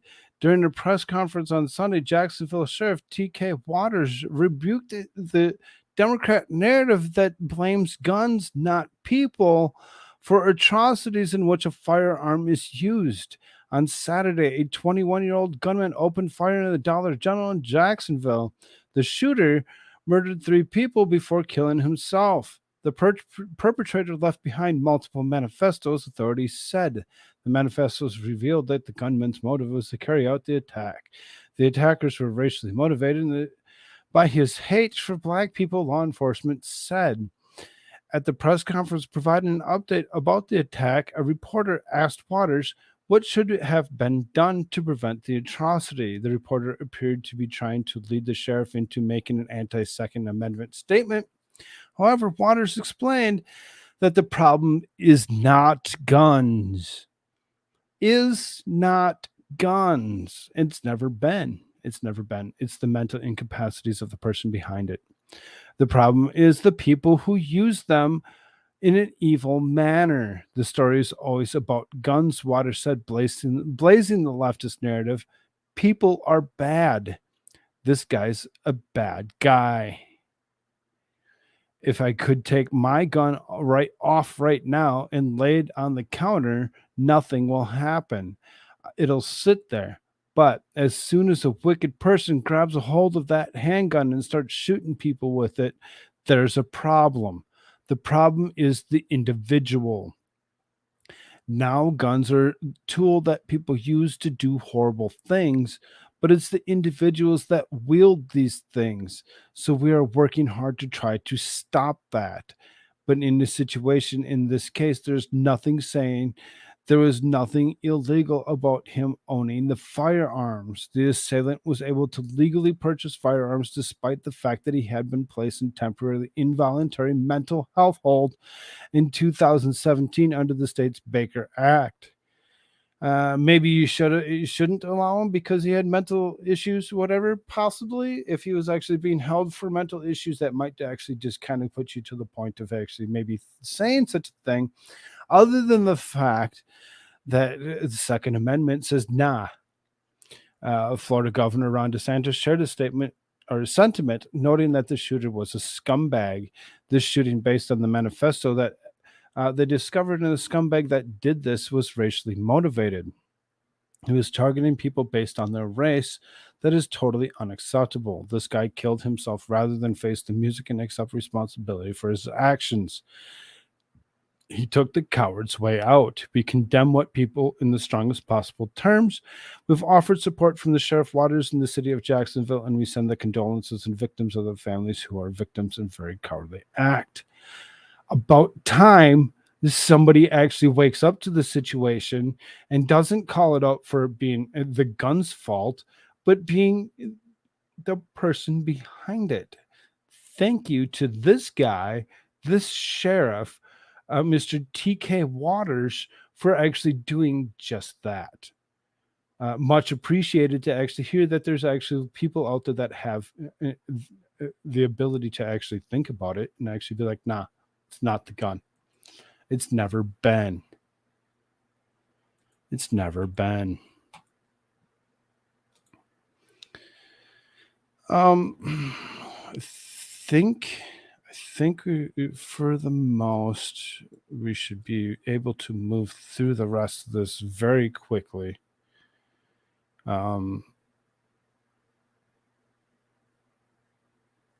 Yeah, we'll get into a few things, but let's see, pretty soon. So yesterday I wanted to actually bring this up, and for whatever reason, PM had actually deleted it. Looks like Gateway Pundit updated it as of today to actually say that this kid was actually left to actually leave the "Don't Tread on Me" flag that he had on the back of his backpack actually left. Colorado School Board votes to allow young kid to wear "Don't Tread on Me" patch on his patch on school grounds. The Vanguard School Board Directors of Colorado Springs had voted to allow a young student to wear the "Don't Tread on Me" patch on the school backpack.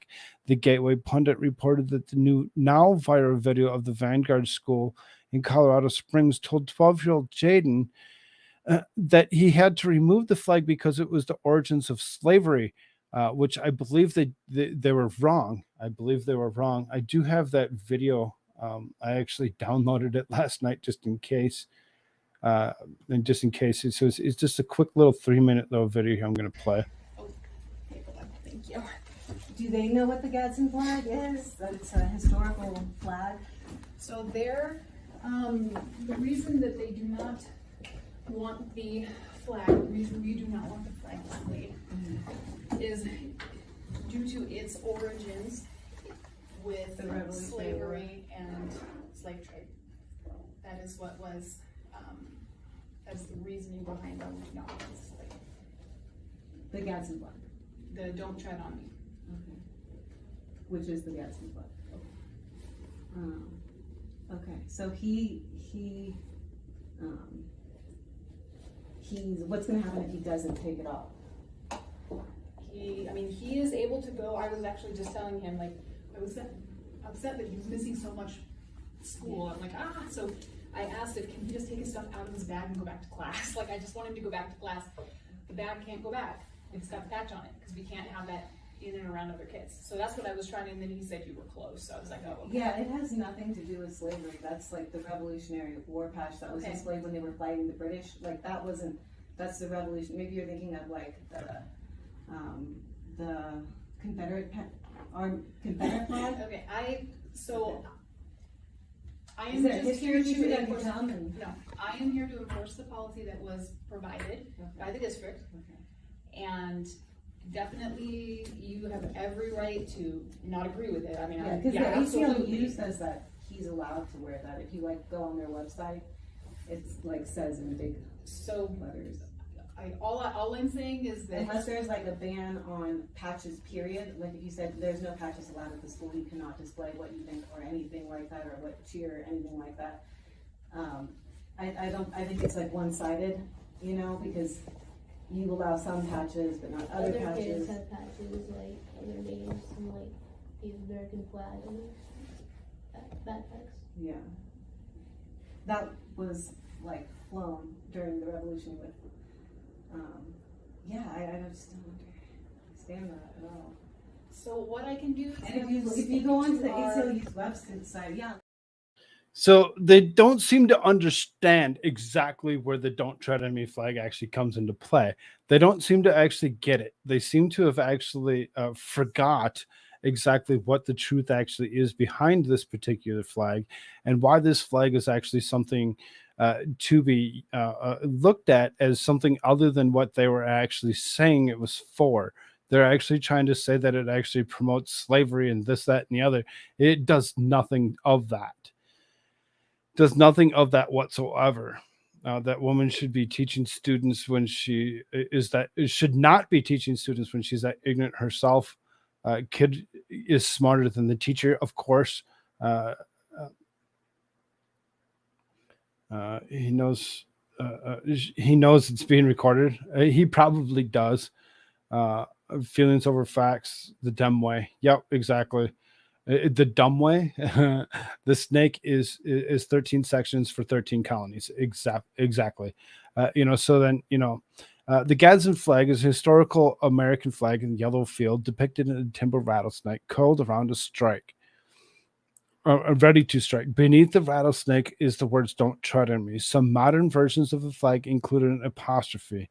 The flag is named after Christopher Gadsden, a South Carolina delegate in Continental Congress, a brigadier general of Continental Army, who designed the flag in 1775 during the American Revolution. He gave the flag to Commodore Isaac Hopkins, and it was unfurled in the main mast of the Hopkins flagship USS Alfred in December 20, 1775. 2 days later, Congress made Hopkins commander-in-chief of the Continental Navy. He adopted the Gadsden banner as of his personal flag, flying it in the main mast of the flagship, which he was aboard. The Continental Marines also flew the flag during the early part of the war. The rattlesnake is a symbol of unity of the 13 colonies at the state of the Revolutionary War. At the start of the Revolutionary War, go figure. And it had long history of political symbol of American Benjamin Franklin. Used it for his join or die woodcut in 1754. Gadsden intended his flag as a warning to Britain not to violate the liberties of American subjects. The flag is described as the most popular symbol in American Revolution. Its design proclaims an assertive warning and vigilance and willingness to act in defense against coercion. This has led to the to be associated with the ideas of individualism and liberty. It is often used as the United States as a symbol of right libertarianism, classic liberalism, and small government, or distrust and defiance against authorities and government. Right libertarianism. So it really seriously, when it comes down to it, the ignorance of this lady to actually go ahead and try associating it with something that it wasn't.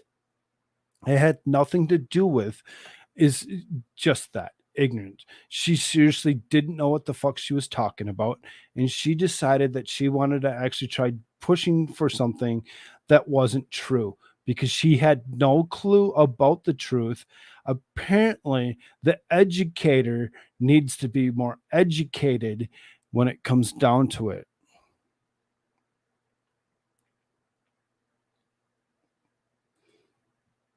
Just saying. Just saying. If your educators are that stupid, maybe we need to actually reteach the educators.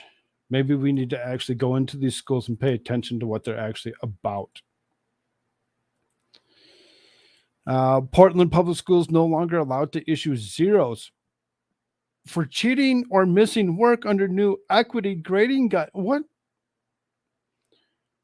New grading system strives to overcome racial disparities. So what you're trying to say is those that are being... I'm confused.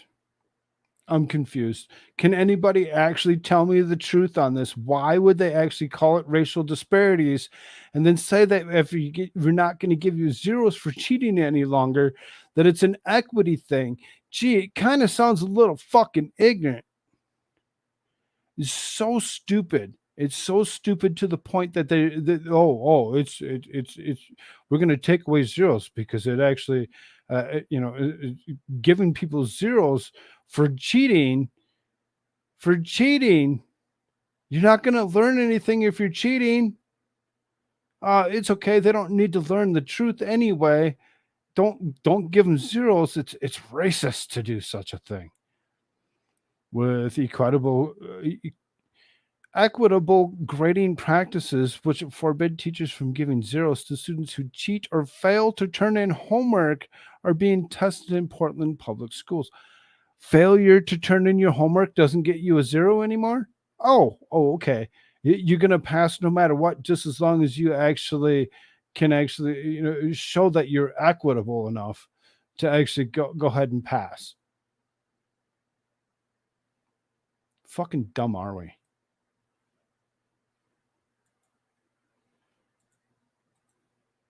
That's so upsetting to actually see how far they've actually gone with this quote unquote equity, because that's the way to do it. We should always look at equity and put everybody on a level ground.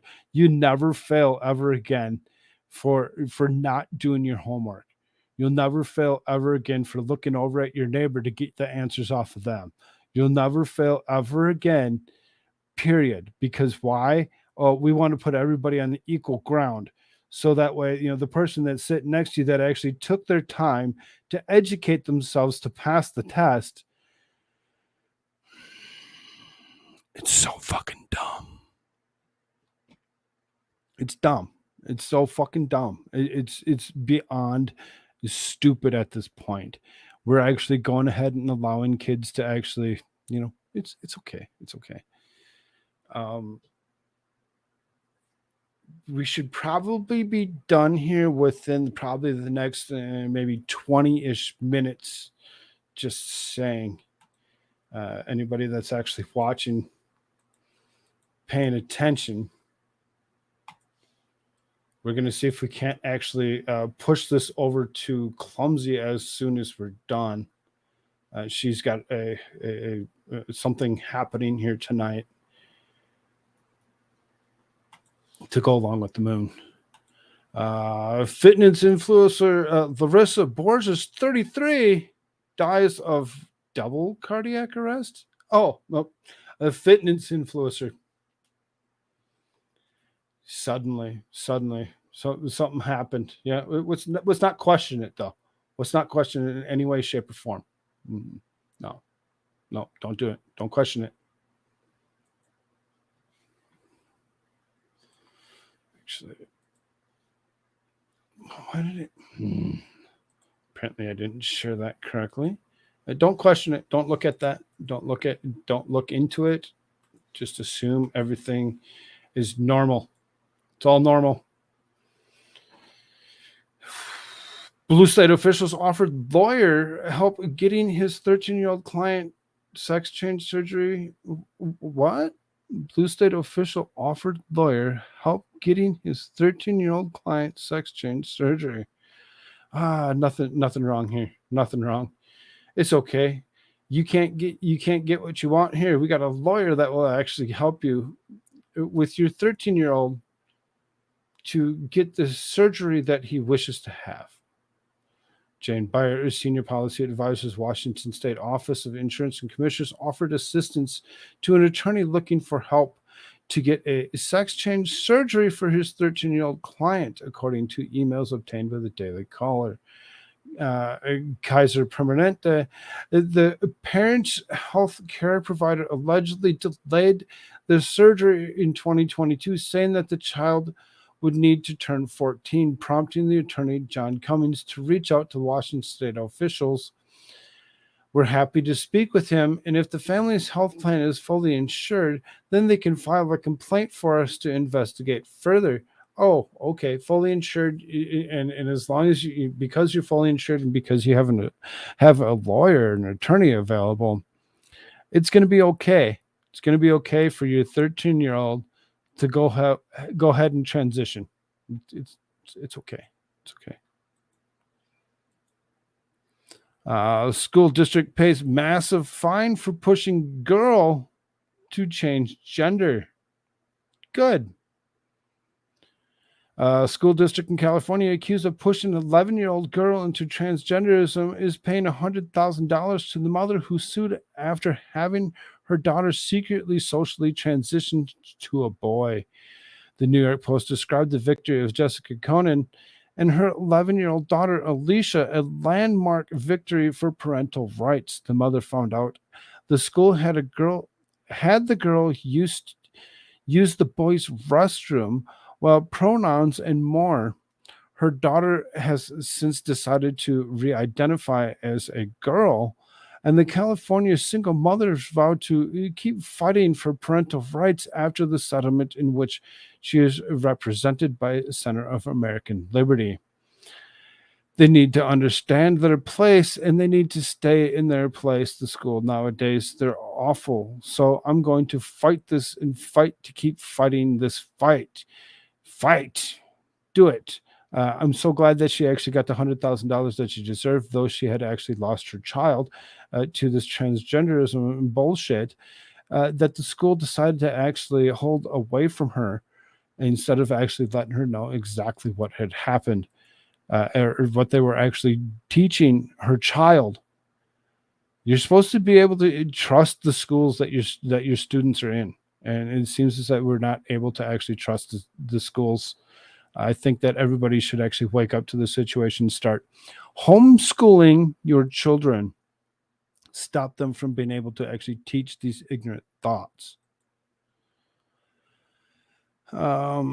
Kidnappers caught in the act. Her truck driver rescues approximately 15 children trapped in padlock cages in the back of a pickup truck.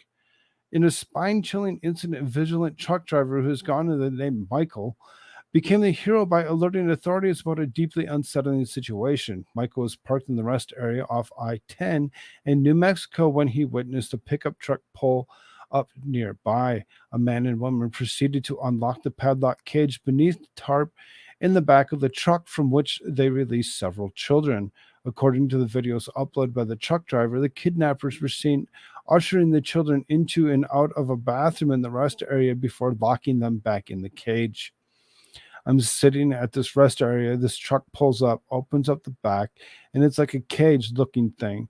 That guy and this lady have a whole bunch of kids in the back of their truck, and then they take the padlock off, raise the tarp, and all these kids come out of the back, and they're all forcing them into the bathroom.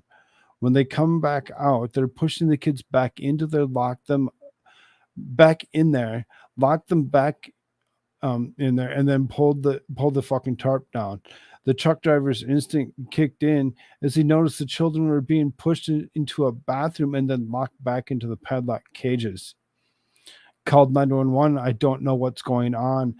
I'm not real big into calling the cops, but when it comes to kids and their safety, and with all the human trafficking and all the crap going on in the world, now not cool. So I call the cops just to be on the safe side. They see me on the phone and they're watching me in the mirror, and the whole time they're fucking taking off. They fucking take off. The cops on the phone with me told me to follow them as close as I can, as much as you can until you get units out. They finally caught up with them because I couldn't keep up with them. My truck only goes 7. They catch up to them. They pull them over. It's amazing that a truck driver would actually catch this particular instance happening. Hopefully more and more people wake up to these trafficking issues and can actually stop more and more people from actually continuously trafficking children over and over again. Yes, exactly. Disgusting.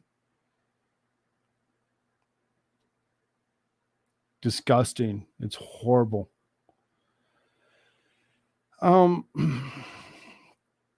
Brother and sister gunned down outside Puerto Rico courthouse during a live broadcast. A brother and a sister were fatally shot outside a courthouse in Puerto Rico on Tuesday during a live news broadcast. A woman who worked with a security guard for a private company and her brother were fatally gunned down outside the courthouse. Authorities quickly detained shooting suspect 34-year-old Rios George Karazulian, a Lebanese national residing in Puerto Rico. The deadly incident was captured in part of the camera during the live news broadcast. In the footage, a reporter can be seen standing outside the courthouse when 7 shots ring out, forcing the reporter and the cameraman to flee the scene and seek shelter. Later footage shows law enforcement officials tackling Karazulian to the ground and ushering him into the courthouse. While authorities are still trying to determine a motive, Puerto Rico's public safety security Alex Torres revealed that Karazulian was involved in a property dispute with the victims. The dispute had escalated to the point that both the suspect and the victims had obtained restraining order against one another. The victims were scheduled to appear before the court on Tuesday, accusing Karazulian of violating that order, said Jessica Correa, the island chief prosecutor. It's extremely unfortunate case, Puerto Rico Police Commissioner Antonio Lopez said. Over property dispute, you're going to actually go ahead and you're going to actually gun them down, take them out, because most likely they were winning their case. Most likely they were winning their case for what it was. For you to take out a brother and a sister at the same time is devastating to anybody to actually see or witness. For this to actually occur in Puerto Rico in itself is still, it doesn't matter where it is or what it is. When you're actually gunned down over a dispute such as this or whatever, hopefully the guy actually sees the rest of his life behind bars for taking these 2 people's lives over such a ridiculous dispute. Yesterday's was over sweet and sour sauce or whatever. Today it's about property. It doesn't matter what the instance is about, where it is, or what it's about. It's all very disturbing and should never actually be.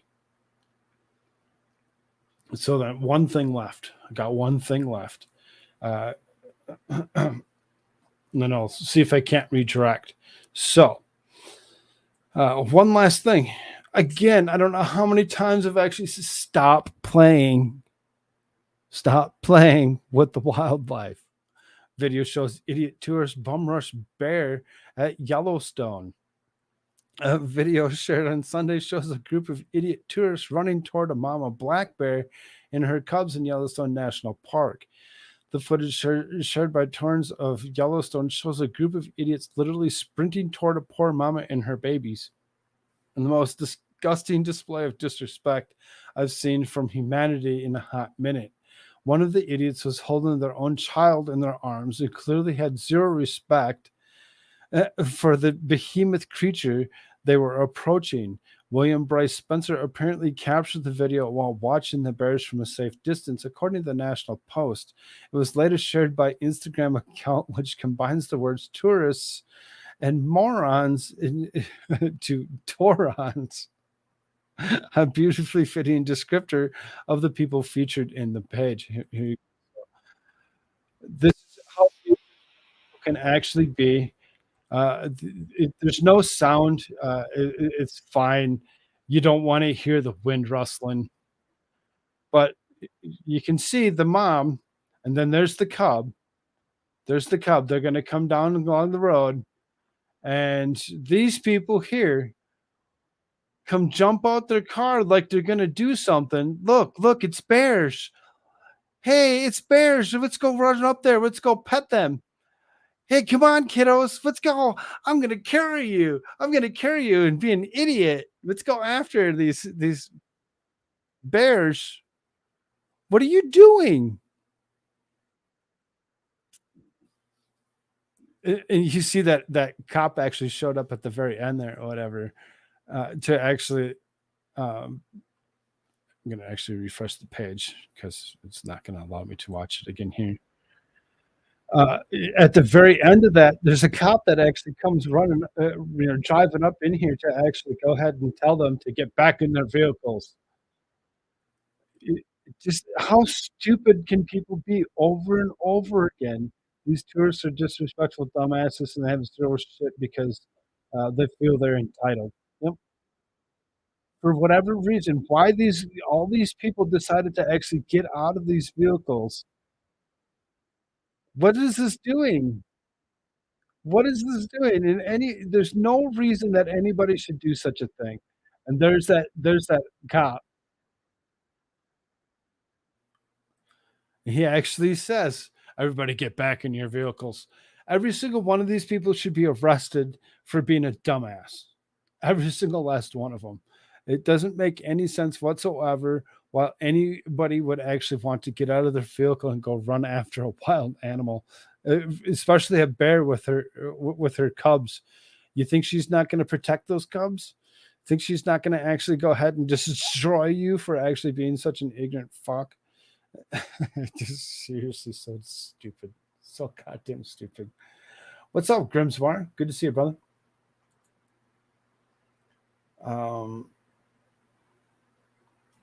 Do you have Clumsy, if you're listening, do you have a link to this particular show that you're going to actually share with us? Throw the link at me so that way I can actually redirect to it. It should be happening here within the next few moments.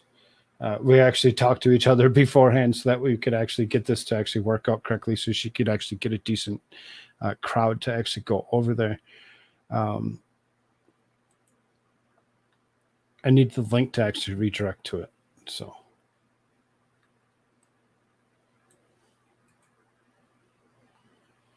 Otherwise it won't work.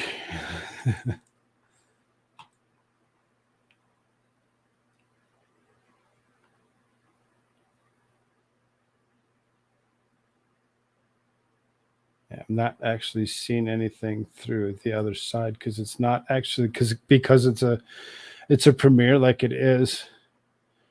You should be able to click on the premiere yourself and actually throw a link to the premiere at me, and I should be able to actually put it in my my redirect to actually direct to it. What's up, Grimsbar? How you doing, brother? Good to see you. Stop in to say hi before I crash out. Yeah, you sleep well, my man. We'll see you around. Appreciate you stopping by, hitting that like button for me, like everybody else should do. If you haven't done so, smash that like button, smash the thumbs up button if you're over on Rumble. Share this out to all those places you like to share things. Let people know where you're at. I'm gonna give this a few more moments before I actually go and close this out because I want to actually redirect this to there. That way, anybody else that actually does watch would be automatically redirected to this. She said something like a 20-minute video that she had actually recorded to actually do this premiere. I don't know if I'm getting the thingy, she says. Oh my. Get that thingy. DM it at me, and then I'll redirect. I should be able to redirect to it, or you can throw it in chat here, or give it to. Yeah, you'd have to throw it at me DMs, and we'll redirect to that. It should be a good little thing to go along with the full moon. It's clumsy. It should be good no matter what. Should be something fun to actually watch and pay attention to. The carrot, the sweaty carrot. Yes, she's going after the sweaty carrot. That's what she's trying to get at. She wants to go grab that sweaty carrot and throw it at me. Put it in DMs.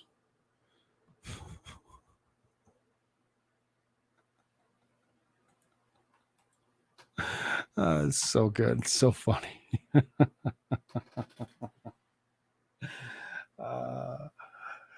Otherwise, like I said, if hit all those like buttons, share this stuff out. Oh, it should be a good time. I do have a different intro, and I'm going to actually go ahead and set up because thanks to the great Moose Maneuver, he's actually taught me how to use a particular Blender 3.6 to actually edit video. I've never edited video before. I actually have a couple of videos that I've actually put out in the last few days. One was today on the moon that was actually talking about everything that was going on, that Clumsy was actually going to do this in particular. I had tagged her to it, and I had put something out yesterday when he was actually teaching me how to do it. And it was a clip off of last Friday's 6-hour open mic. I was trying to see if there's a way that I can actually drum up more people to actually come to this channel and watch different things. If I can actually have, there's a couple good spots in today's, in my opinion, that I could actually take, and I could edit these clips out of these different articles and go ahead and throw these articles up in individuals to attract more people to what it is that I do in these shows. It should be pretty cool to see what actually comes out of that in the near future. Hopefully that works out for me, and we can get more people that would be willing to actually sit here and watch my show. For the to catch those, as opposed to just catching those premieres from it. It'll be live in 3 minutes. Okay, so grab the link off the top of it and DM it to me so I can redirect to it. There should be a way to actually grab like the YouTube side, not your studio, but from the YouTube side, because only you can actually maybe see that. I don't think I can actually see that quite yet. Let me see if I can't look back.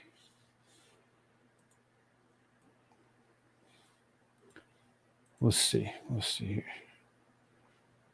I do have your page open too, so because it won't be live, it'll be a premiere, so it should be in videos. I'm still not seeing it as being something that's going to be coming up.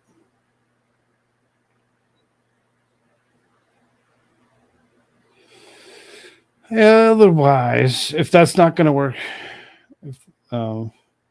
because it's on StreamYard, it won't give me a link. Oh, but you should still show. Should still show your stuff on the video side of your YouTube. Otherwise, people aren't going to see it, would they?